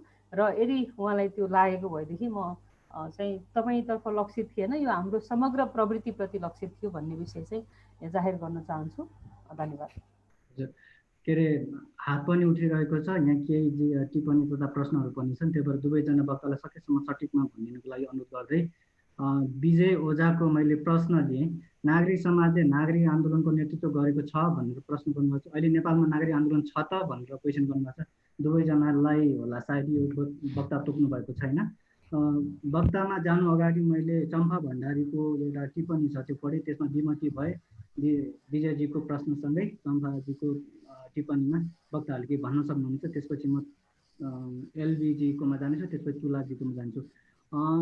चम्पा भण्डारीले भन्नुभएको छ नागरिक आन्दोलनको विषयमा दुवैजना वक्ताहरूलाई बोल्नुभएकोमा धन्यवाद दिँदै 62-63 सालको ऐतिहासिक सफल जनआन्दोलन उच्च सफलतामा लैजान त्यति बेला देशव्यापी रूपमा उठेको नागरिक आन्दोलनलाई नियमित गर्नको लागि हामीले प्रयास गर्न सकेनौँ जस्तो लाग्छ, किनकि त्यति बेला यो अन्तिम सङ्घर्ष ठान्ने गल्ती भयो कि नेपालमा राजनीतिक परिवर्तन भयो तर त्यसको संस्थागत विकास गर्नेमा नेपालका राजनीतिक दलहरू एकपछि लगातार असफलताको बाटोमा छन्। लोकतान्त्रिक अभ्यास खास गरी राजनीतिक दलहरूले आन्तरिक लोकतन्त्रमै कमजोर भयो। अहिले हामीले कानुनी राज्यको खोजी, सामाजिक न्यायको खोजी तथा समावेशीकरणका सवालमा नागरिक आन्दोलनका प्रयासहरू अघि बढे पनि राजनीतिप्रतिको वितृष्णा नै कारण हो कि नागरिकहरूमा आन्दोलनप्रतिको उत्साह देखिँदैन। यो उत्साह बढाउने क्रममा धेरै प्रयासहरू आवश्यक छन् भन्ने जस्तो लाग्छ भनेर चम्पाजीले भन्नुभएको छ। दुवैजना वक्ताले सकेसम्म यसमा सहमति विमति आफ्नो जनाउन सक्नुभयो। विजयजीको क्वेसनमा यसो गरौँ न विजयजी, त्यो प्रश्नको उत्तर ठ्याक्कै अब नागरिक आन्दोलन छ कि छैन भन्ने कुरा त हामी आफै नागरिक आन्दोलनमा केही सक्रिय भइरहेको छौँ र अहिले पनि कार्यक्रमको बारेमा सोचिरहेका छौँ, छलफल गरिरहेका छौँ। त्यस कारणले नागरिक आन्दोलन छ, आँखा साथ बडो गर्वका साथ त्यो भन्न सकिन्छ, नागरिक आन्दोलन छ र जारी छ। अब यसलाई कति सफल बनाउने कति असफल बनाउने, यो कसरी अगाडि बढ्छ भन्ने कुरा चाहिँ बिस्तारै देखिँदै जाला। त्यसका गतिविधिहरू, त्यसले गर्ने अरू कामहरू, त्यसले पर्ने प्रभाव, यी सबै कुराको बिस्तारै अध्ययन पनि हुँदै जाला र समय समयमा त्यसबारेमा छलफल पनि होला भन्ने लाग्छ। अब यो चम्पाजीले भन्नुभएको कुरा चाहिँ राजनीतिक दलहरू कसरी सच्यालन एउटा त्यही नै भएको छ। अर्को चाहिँ अब नागरिकहरूमा उत्साह अलिक कम देखिन्छ आन्दोलनप्रति भन्ने पनि हुन्छ। अब यो आन्दोलन सधैँभरि गरिरहने अथवा सधैँभरि सडकमै गइरहने र आन्दोलनको पनि एउटा मात्रै रूप हुने भन्ने होइन होला। आन्दोलनहरू भिन्न भिन्न मुद्दामा भिन्न भिन्न ढङ्गले आन्दोलनहरू देशभरि सञ्चालित छन् जस्तो लाग्छ मलाई। सामाजिक आन्दोलनहरू हाम्रो ती आन्दोलनहरूको अवस्था कस्तो छ भनेर अध्येताहरूले विभिन्न ठाउँमा अध्ययन गरिरहनु भएको होला। तर सामाजिक आन्दोलनहरू पुरै निमिट्यान्न भएको अवस्था पनि होइन। दलित आन्दोलन आफ्नै हिसाबले त्यसका आफ्ना केही उतार चढावहरू होला, त्यो अनुसारले अगाडि बढिरहेको छ। त्यसका अभियन्ताहरू काम गरिरहनु भएको छ, विभिन्न सङ्घ संस्थाहरू मार्फत पनि कामहरू भइरहेकै छन्। त्यस्तै गरेर महिलाहरूका पनि आन्दोलन आवाज मुखरित भइरहेको छ। तिनका उतार चढावहरू आफ्नो ठाउँमा छँदैछन्। त्यस कारणले आन्दोलनहरू आफ्ना आफ्ना ठाउँमा आफ्ना आफ्ना मुद्दा विशेषहरूमा आन्दोलनहरू जारी छन्। नागरिक आन्दोलनले चाहिँ यी सबै आन्दोलनसँग बिस्तारै संवाद पनि अगाडि बढाउने र परेको बेलामा र मुद्दा उठेको बेलामा यस्ता सङ्कटहरू आइपरेको बेलामा खास गरी लोकतन्त्रमाथि नै धेरै सङ्कटहरू आइपर्दा त्यसले प्रतिरोधको रूपमा सडकमा जाने र अन्य किसिमको गतिविधि पनि गर्ने गर्छ। अब त्यही क्रममा हामी राजनीतिक दललाई पनि सचेत बनाउँदै जाने र प्रयत्न गर्दै जाने हो। यो मलाई लाग्छ यो निरन्तर गरिरहनु पर्ने र सधैँ प्रयत्नरत रहनुपर्ने कुरा हो। लोकतन्त्र आफैमा असाध्यै डायनामिक, असाध्यै परिवर्तनशील व्यवस्था हो। यो आफैमा कुनै स्थिर बिन्दु होइन। लोकतन्त्र भनेको एकचोटि प्राप्त गरेपछि सधैँ स्थिर रूपमा एउटै रहन्छ भन्ने पनि हुँदैन।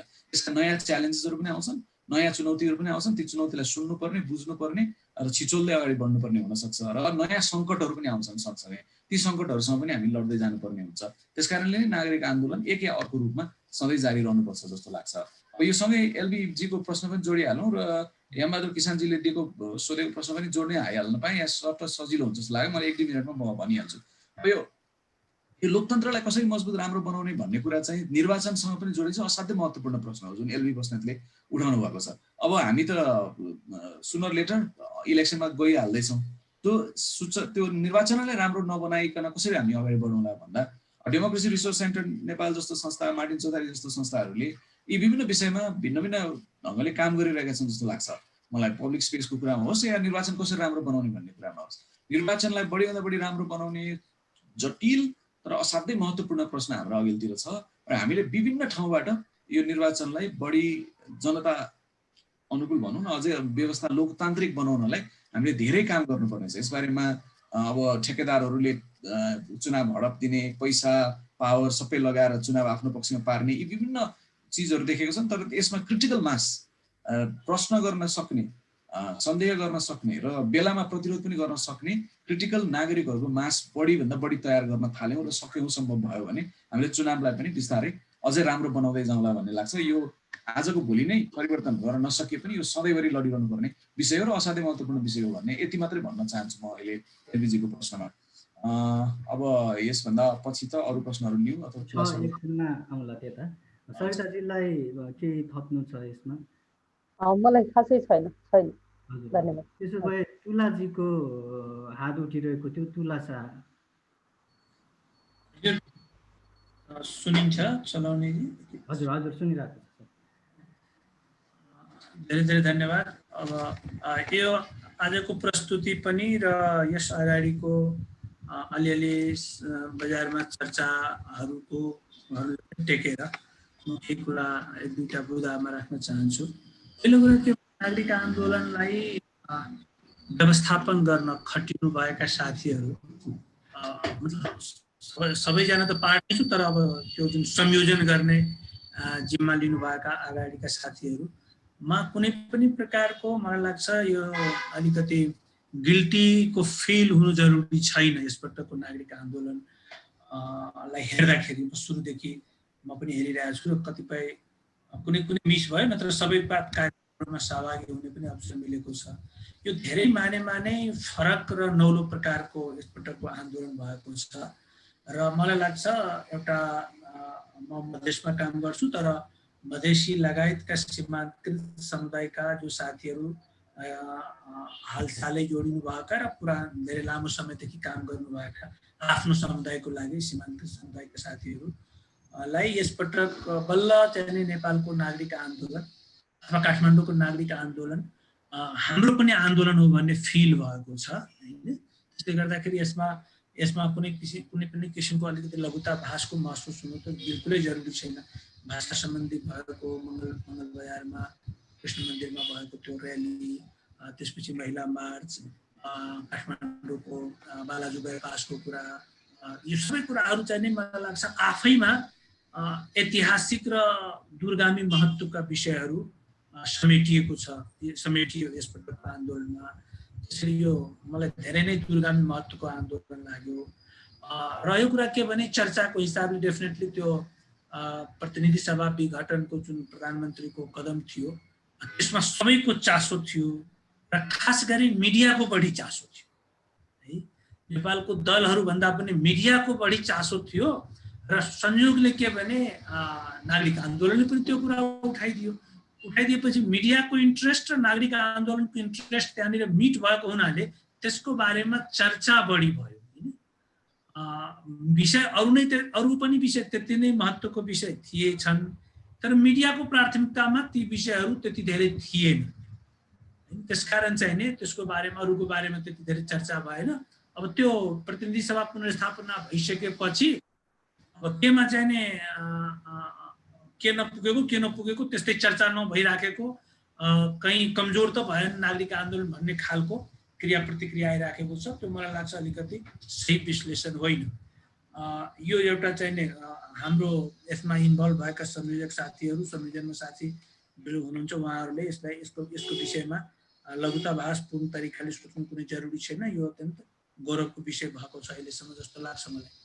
दोस्रो कुरा चाहिँ नि अब जुन उज्जवलजीले पनि भन्नुभयो, अहिले चाहिँ नि एउटा समस्या वास्तवमा छ। अब सधैँभरि के गर्ने, सधैँभरि कसरी आन्दोलन गर्ने कि नगर्ने, सधैँभरि गर्दाखेरि कसरी गर्ने कि कुन इन्टरभलमा गर्ने, कुन तरिकाबाट गर्ने, सडकमै आउने कि लेखपढ गरेर पनि गर्ने भन्दाखेरि त्यसमा पनि सल्लाह त गर्न सकिन्छ। तर एक दुईवटा कुरा जुन अहिलेसम्म नागरिक आन्दोलनले खासै उठाएको म देखिरहेको छैन र उठाउनु पर्ने, यदि वर्गीय हिसाबले हामी मुद्दाहरू उठान गर्न चाहन्छौँ भने, यदि पढे लेखेका सचेत नागरिकहरूले समाजको सबैभन्दा निम्न वर्गका मानिसहरूको कुरा उठाउनु पर्ने हो भने यदि हामी मान्दछौँ भने, जसरी हामी सुकुम्बासीको कुरा अघि गऱ्यौँ, मलाई लाग्छ यो वैदेशिक रोजगारमा गएका नेपालका युवा युवतीहरू अथवा महिला पुरुषहरूको जुन दुरावस्था छ, म अहिले सनैया पढ्दैछु र त्यसमा जुन किसिमको पीडाको कथा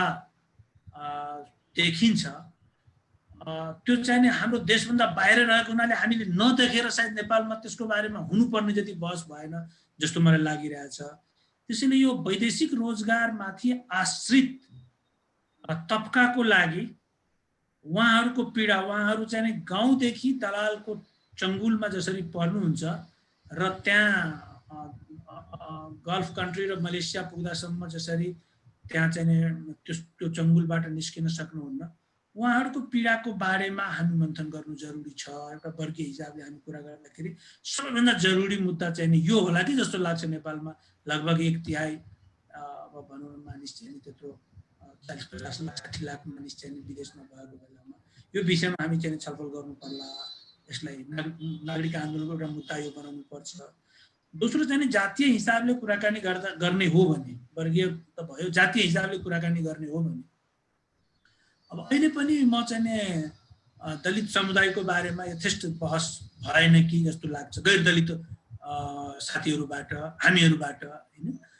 सहानुभूतिको कारोबारमा मात्रै त्यसलाई नअल्मलाउँदाखेरि हैन, त्यो दलित समुदायमा आएको चेतना र उहाँहरूमा जुन किसिमको जागृत भइराखेको छ, लकडाउनको बेलामा मधेसमा जुन जसरी दलित आन्दोलन उठ्न खोजेको र उठेको, त्यसको बारेमा पनि फरक प्रकारले हामी चाहिँ नागरिक आन्दोलनको एउटा मुद्दा बनाउनु पर्छ बहसको।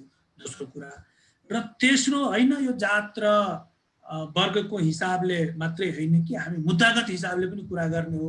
सर्भिस डेलिभरीको हिसाबले भन्दाखेरि नेपालको शिक्षा प्रणालीको बारेमा, जसरी मेडिकल एजुकेसनको बारेमा डाक्टर केसीले निरन्तर कुरा गरिराख्नु भएको छ, मलाई लाग्छ ओभरअल एजुकेसनको बारेमा जसरी अहिले मार्टिन चौतारीको जर्नल आएको छ, नेपालको शिक्षा प्रणाली यति धेरै बेकार भयो र यसरी चाहिँ भारी भयो कि आम मानिसको लागि, यसको बारेमा पनि कुराकानी हामी गर्न सक्छौँ।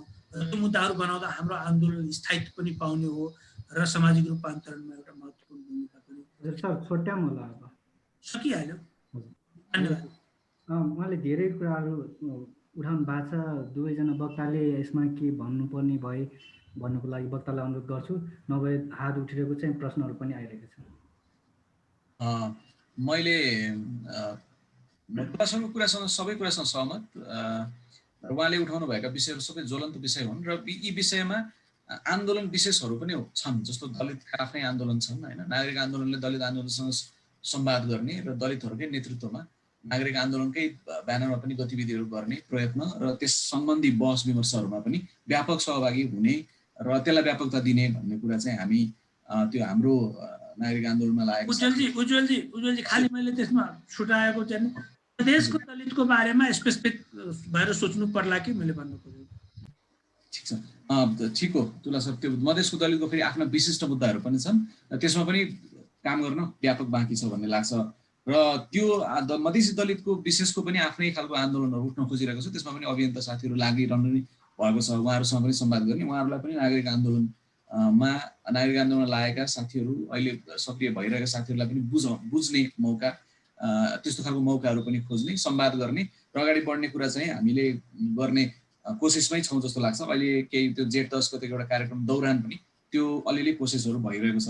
वैदेशिक रोजगारीको विषयमा पनि हामीसँगै एक दुईजना साथीहरू अहिले नै जोडिनु भएको छ र उहाँहरूले हाम्रा बैठकहरूमा, हाम्रो विभिन्न हामीले गर्ने विमर्शहरूमा उहाँहरूले आफ्ना मुद्दाहरू, आफ्नो प्रश्नहरू उठाउने गर्नुभएको छ। र एउटा बिचमा हामीले खासमा एउटा कार्यक्रमै डिजाइन गर्ने भनेर लागेका थियौँ, तर त्यस बिचमा अरू विभिन्न कुराहरू प्राथमिक भएकोले त्यो चाहिँ अहिले हामीले त्यही कार्यक्रममै ठ्याक्कै गतिविधि नै चाहिँ गर्न सकेनौँ। तर साथीहरू स्वयं पहिला वैदेशिक रोजगारमा बसेर त्यहाँको अनुभव लिएको र त्यहाँ बस्दा पनि मुद्दाहरूमा लडेको, एक खालको एक्टिभिजमै गरेका साथीहरू हामीसँग एक दुईजना हुनुहुन्छ। उहाँहरूसँग उहाँहरूले अब अरू साथीहरूले पनि जोड्ने र त्यसलाई केही मुद्दाहरूलाई चाहिँ आन्दोलनकै स्वरूपमा ढाल्दै अगाडि बढ्ने कि भन्ने खालको विमर्श पनि अगाडि बढेको छ। त्यस कारणले त्यो जरुरी छ र त्यो गर्दैछौँ जस्तो लाग्छ। अर्को चाहिँ शिक्षा प्रणालीको कुरामा पनि अब हामीले एउटा युनिभर्सिटी मार्क्स गऱ्यौँ। शिक्षा प्रणालीको विषयमा हामीले यो हाम्रा अग्रजहरूसँग, खास गरी केदार भक्त माथिमा, कृष्ण खनाल, कमेरा सनौलाहरूसँग हामीले एक दुई पटक हामीले विमर्शहरू गऱ्यौँ र उहाँहरूले के सुझाउनु भयो भने यो एउटा लेभलमा यो पोलिटिकल सेटलमेन्ट हुँदै गएपछि हामीले उठाउनु पर्ने असाध्यै महत्त्वपूर्ण विषयहरू यी हुन् र यसमा पनि हामीले सोच्छौँ अथवा कम्तीमा विमर्श, अब आन्दोलनकै रूपमा, प्रतिरोधकै रूपमा कति गर्न सकिन्छ त्यो थाहा छैन, तर कम्तीमा विमर्श र सार्वजनिक रूपमा चासोको विषय बनाउनको लागि यसमा काम गरौँ भन्ने उहाँहरूको पनि सुझाव थियो।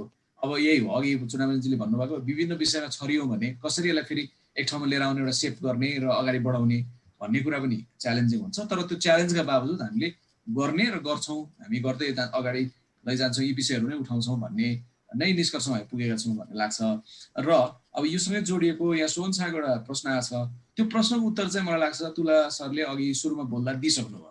त्यहाँ चाहिँ के भनिएको छ भने यो पुस 5 पछि नै यो सबै विषय किन उठाउनु पर्यो अथवा कसरी उठाउन पुग्यो कथित नागरिक आन्दोलनले भन्ने उहाँको प्रश्न छ।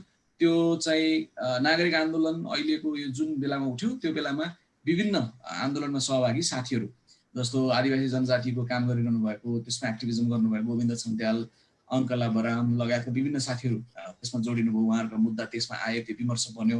त्यसै गरेर तुला साज जस्ता साथीहरू, उहाँहरू अभियन्ताहरू नै त्यसमा आएर सक्रिय सहभागी हुनुभयो। विभिन्न खालका यस्ता आन्दोलनमा पहिल्यै सहभागी, आन्दोलन अभियानहरूमा सहभागी साथीहरू जोडिएर आएको भएकोले त्यसमा मजाले त्यो विषय विमर्श भएर त्यसरी अगाडि बढ्यो। मलाई लाग्छ तुला सरले राम्रोसँग त्यसको जवाब दिइसक्नुभयो। Thank you. सरिताजी यसमा के भन्नु छ? नत्र दुईजनाको हात उठिरहेको छ। धन्यवाद। यसमा चाहिँ मलाई खास केही भन्नु छैन, किनभने अब आन्दोलनको अहिले नेतृत्वकर्ता भएको हिसाबले र त्यो नेतृत्वकर्ताको प्रतिनिधित्व गरेको हिसाबले चाहिँ यो आन्दोलनसँग जोडिएका विषयहरू चाहिँ उज्जवलजीले नै उत्तर दिने विषय भए। धन्यवाद। हजुर, के अरे सोहनजीको जिज्ञासा समेटिसक्यो। अब विनय कार्कीजीले हात उठाउनु भएको छ, उहाँले। हजुर विनयजी राख्नु, त्यसपछि हामी रञ्जित शाहसँग आउनेछौँ। नमस्ते सबैजनालाई। मेरो चाहिँ प्रश्न जस्तो काठमाडौँमा नागरिक आन्दोलन गर्न चाहिँ एक तरिकाले सजिलो छ, किनकि एउटा बौद्धिक वर्गहरू पनि त्यहीँ हुनुहुन्छ, युवाहरू पनि, अझ युवामा पनि हुन्छ नि स्वतन्त्र खालको अलिकति त्यहाँ गइसकेपछि इन्डिपेन्डेन्ट रूपमा मुभमेन्ट गर्न सक्ने मान्छेहरू पनि त्यहाँ हुनुहुन्छ। अनि प्रोफेसरहरू, सामाजिक सङ्घ संस्था, अभियन्ताहरू धेरै मान्छे त्यहाँ भएको हिसाबले चाहिँ नागरिक आन्दोलनमा उहाँहरूलाई आह्वान गर्दाखेरि जोडिन सक्ने सम्भावनाहरू छ। अनि अघि पनि सरिताजीले भन्नुभयो जस्तो काठमाडौँमा जस्तो भयो चितवनमा त्यस्तो गर्न सकेन। चितवन अनि त्यस्तै स्थानीय स्तरमा चाहिँ जस्तो अहिले उठिरहेको मुद्दाहरू चाहिँ जस्तो आदिवासी जनजातिको, वर्गीयको, जातीय छुवाछुतको यस्तो मुद्दाहरू चाहिँ काठमाडौँमा यो नागरिक आन्दोलनलाई केन्द्रित गरेर या काठमाडौँमा मात्रै उठाएर सम्भव हुन्छ कि यो कुराहरूलाई चाहिँ स्थानीय स्तरमा लगेर चाहिँ स्थानीय स्तरमा स्थानीय बासिन्दाहरूसँग चाहिँ संवाद गर्न सक्दा, उहाँहरूसँग चाहिँ यो कुराहरूलाई चाहिँ पब्लिक डिस्कोर्स बनाउन सक्दा चाहिँ अझ प्रभावकारी हुन्थ्यो कि जस्तो लाग्छ। अनि त्यो कुरालाई चाहिँ स्थानीय स्तरमा चाहिँ यो नागरिक आन्दोलनलाई एउटा तरिकाले अर्गनाइज गर्नको लागि चाहिँ के गर्न सकिन्छ, कसरी अलिकति यो आन्दोलनतिर इङ्गेज हुनुपर्छ भनेर मान्छेहरूलाई कसरी मोटिभेट गर्न सकिन्छ, या के तरिकाले चाहिँ कस्तो टुल्सहरू अपनाउँदाखेरि चाहिँ स्थानीय स्तरमा या भनौँ आफ्नो ठाउँमा चाहिँ नागरिक आन्दोलनलाई कसरी अगाडि बढाउन सकिन्छ भन्ने चाहिँ मेरो प्रश्न। हजुर विनयजी धन्यवाद प्रश्नको लागि। हामी कार्यक्रमको अन्ततिर पनि आएको हुनाले वक्ताहरूसँग विनयजीको क्वेसनमा जानु अगाडि रञ्जित शाहको पनि हात उठेको हुँदा उहाँ हुनुहुन्छ भने आफ्नो जिज्ञासा राखिदिनुको लागि अनुरोध गर्छौँ। हजुर नमस्कार सबैलाई। म रञ्जित शाह, मेरो घर चाहिँ सर्लाही ईश्वरपुर नगरपालिका। यही नागरिक आन्दोलनकै सम्बन्धमा म एउटा कुरा राख्न चाहे। के छ भने ईश्वरपुर नगरपालिकामा डुम समुदाय भनेको तराईकै सबभन्दा महादलित समुदाय मध्ये पर्छ र त्यसप्रति हेर्ने दृष्टिकोण राज्यको कस्तो छ र अहिले भइराखेको स्थानीय तहहरूका जुन पदाधिकारीहरू हुनुहुन्छ कस्तो छ भन्ने म एउटा नमुना पेश गर्दैछु।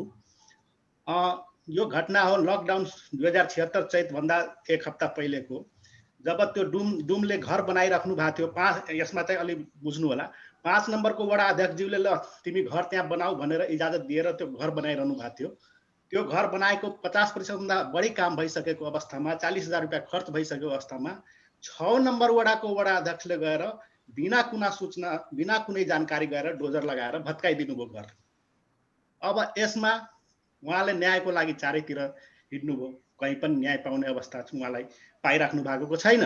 उहाँको यति मात्रै भनाइ छ कि मेरो घर किन भत्काइयो र मेरो खर्च यो मलाई न्याय कसले दिने भन्ने कुरो छ। यसमा अब हेर्नुहुन्छ भने यसमा जातीय वर्गीय धार्मिक सबै कुरा देखिन्छ।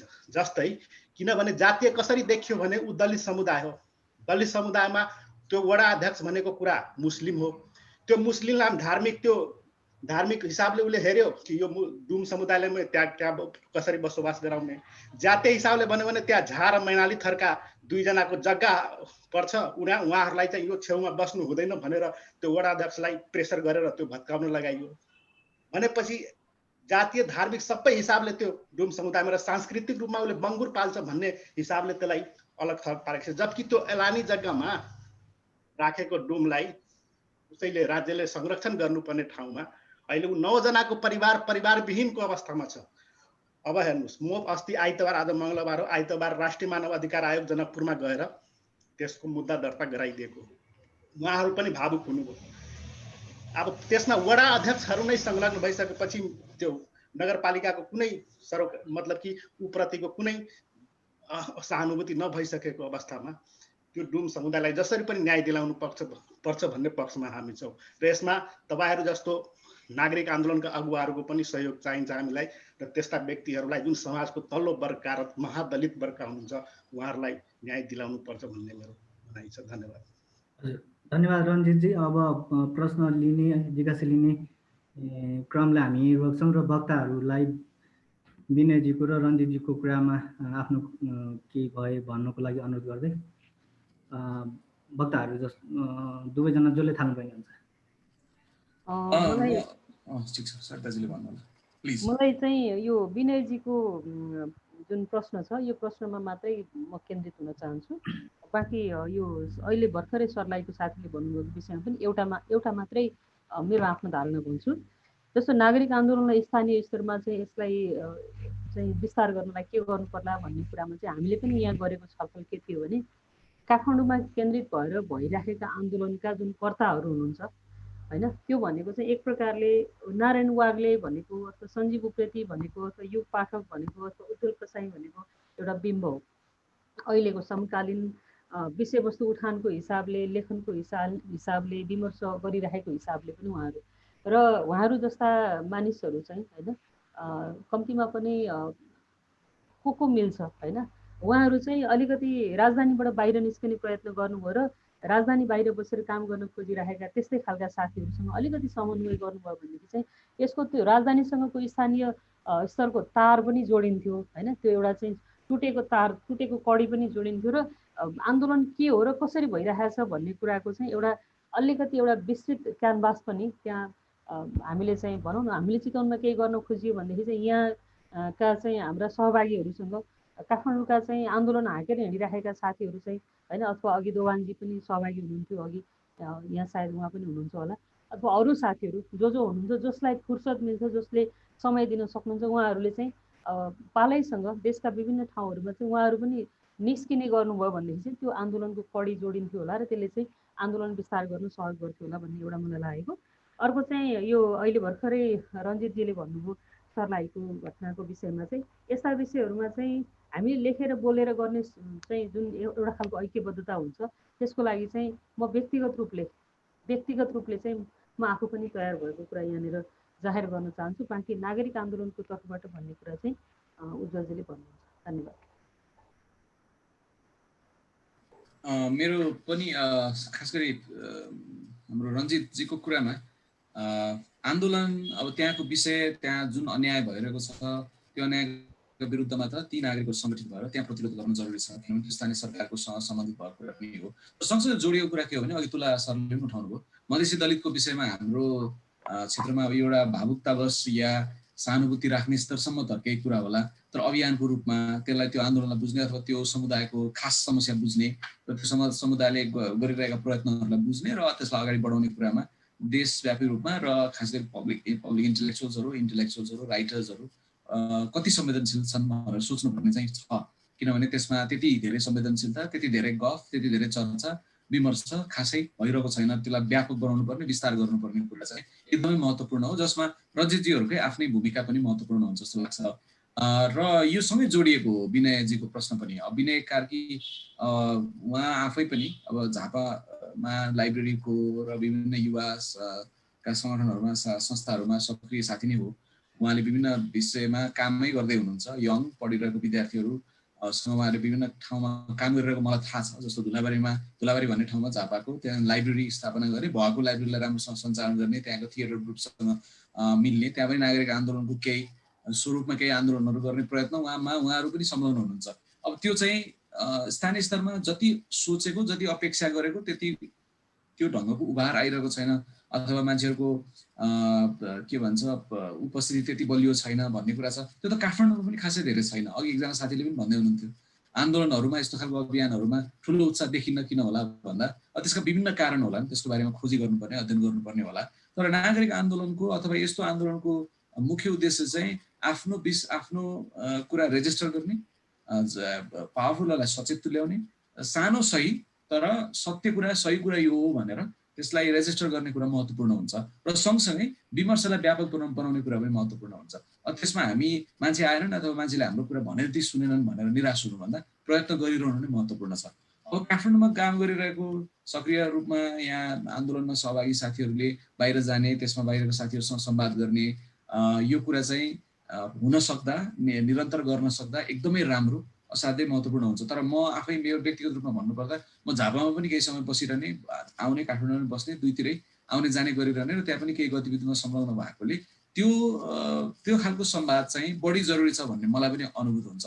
तर कस्तो हुन्छ भने काठमाडौँमा गएर काठमाडौँमा एकदमै माथि काठमाडौँ भनेको केन्द्र हो, यहाँ सबै कुरा ठिक हुन्छ, तर यहाँबाट गएर सिकाउने भन्दा पनि यहाँको साथीहरू र बाहिर काम गरिरहेको साथीहरू बिचमा एक खालको संवाद गर्ने, त्यो संवादलाई सम्भव तुल्याउन यहाँबाट पनि प्रयत्न गर्ने र स्थानीय स्तरबाट पनि त्यहाँका संस्था, त्यहाँको समूह, त्यहाँको नागरिकहरू, त्यहाँ आन्दोलन गरिरहेको अथवा विभिन्न गतिविधिमा संलग्न सरिताजी, विनयजीहरू जस्तो साथीहरूले पनि आफ्नो खालको प्रयत्नहरू जुन गरिरहनु भएको छ त्यसलाई अझै निरन्तर गर्दै जाने हो भने त्यो खालको संवाद पनि स्थापना हुन्थ्यो। आन्दोलनमा अलिकता ऊर्जा थपिने र त्यसलाई कन्टिन्यू गर्ने जाँगर, हौसला पनि प्रदान हुने, हामीलाई पनि भनेको यहाँ काठमाडौँमा बसिरहेको गरिरहेकाहरूलाई पनि यो अर्थपूर्ण छ, यो ठिक छ भनेर यता पनि हौसला हुने र त्यसले चाहिँ एउटा त्यो संवादले चाहिँ एउटा मिनिङफुल डिस्कोर्स देशभरि निर्माण गर्नलाई सहयोग गर्ने हुन सक्छ। त्यो सम्भावना छ, म चाहिँ त्यो प्रशस्त सम्भावना देख्छु। त्यसका लागि हामीले दुवै तर्फबाट अलि जोडतोड र अलि केही कोणहरू मिलाउनु पर्ने होला र त्यसमा गफ गर्दै जाउँ। यो चाहिँ आज हामीले जसरी यहाँ गफ गऱ्यौँ यस्तै खालको गफहरू, यस्तै खालको संवादहरू हामी निरन्तर गर्दै जाउँ र यस्ता संवादहरूलाई फेसिलिटेट गर्ने काममा हाम्रो अङ्कललालजी जस्तो साथीहरू, रिसर्चरहरूले पनि अलिअलि भूमिका निर्वाह गर्दै हुनुहुन्छ, गर्न सक्नुहुन्छ जस्तो लाग्छ। Thank you. हजुर, मैले छलफलमा लगभग आएका सबै जिज्ञासाहरू समेट्यो भन्ने लागेको छ। त्यसैले आज हाम्रो समय पनि लगभग 4-5 मिनट बढी गइसकेको हुनाले कार्यक्रमलाई बिट मार्नेतर्फ लागेँ। नेपालमा नागरिक आन्दोलन र यसको लोकतान्त्रिक अभ्यासका सम्बन्धमा के हुनु पर्थ्यो भन्ने खालको सानो लेखाजोखा र अब के गर्न सकिन्छ भन्ने बारेमा एउटा छनक आयो होला भन्ने लाग्छ आजको छलफलबाट। त्यसैले अब यस छलफलमा सहभागी भएर दुवैजना वक्ता उज्जवल प्रसाई, सरिता तिवारी दुवैजनालाई धन्यवाद दिँदै हामी डेमोक्रेसी डायलगको श्रृङ्खलामा मे महिनाको तेस्रो मङ्गलबार फेरि भेट हुनेछ। मार्टिन चौतारीमा यस्ता खाले छलफलहरू भइरहेको छन्। अहिले भर्खरै पनि मेसेजमा तपाईँले देख्न सक्नुहुन्छ, आउँदो वैशाख 14 गते endemic in Kathmandu 1 year of the COVID-19 endemic in Kathmandu insight from the सेभिट केभ स्टडी भन्ने विषयमा चाहिँ डाक्टर किरण राज पाण्डे बोल्दै हुनुहुन्छ। त्यस्तो छलफलहरूमा तपाईँ भाग लिन सक्नुहुनेछ। यति भन्दै आजको छलफल कार्यक्रममा फेसबुक जुम मार्फत जोडिनुभएका सम्पूर्ण सहभागी र दुईजना वक्ताहरूलाई धन्यवाद दिँदै आज हामी छुट्टिन्छौँ। फेरि भेटौँला। हस्, नमस्ते।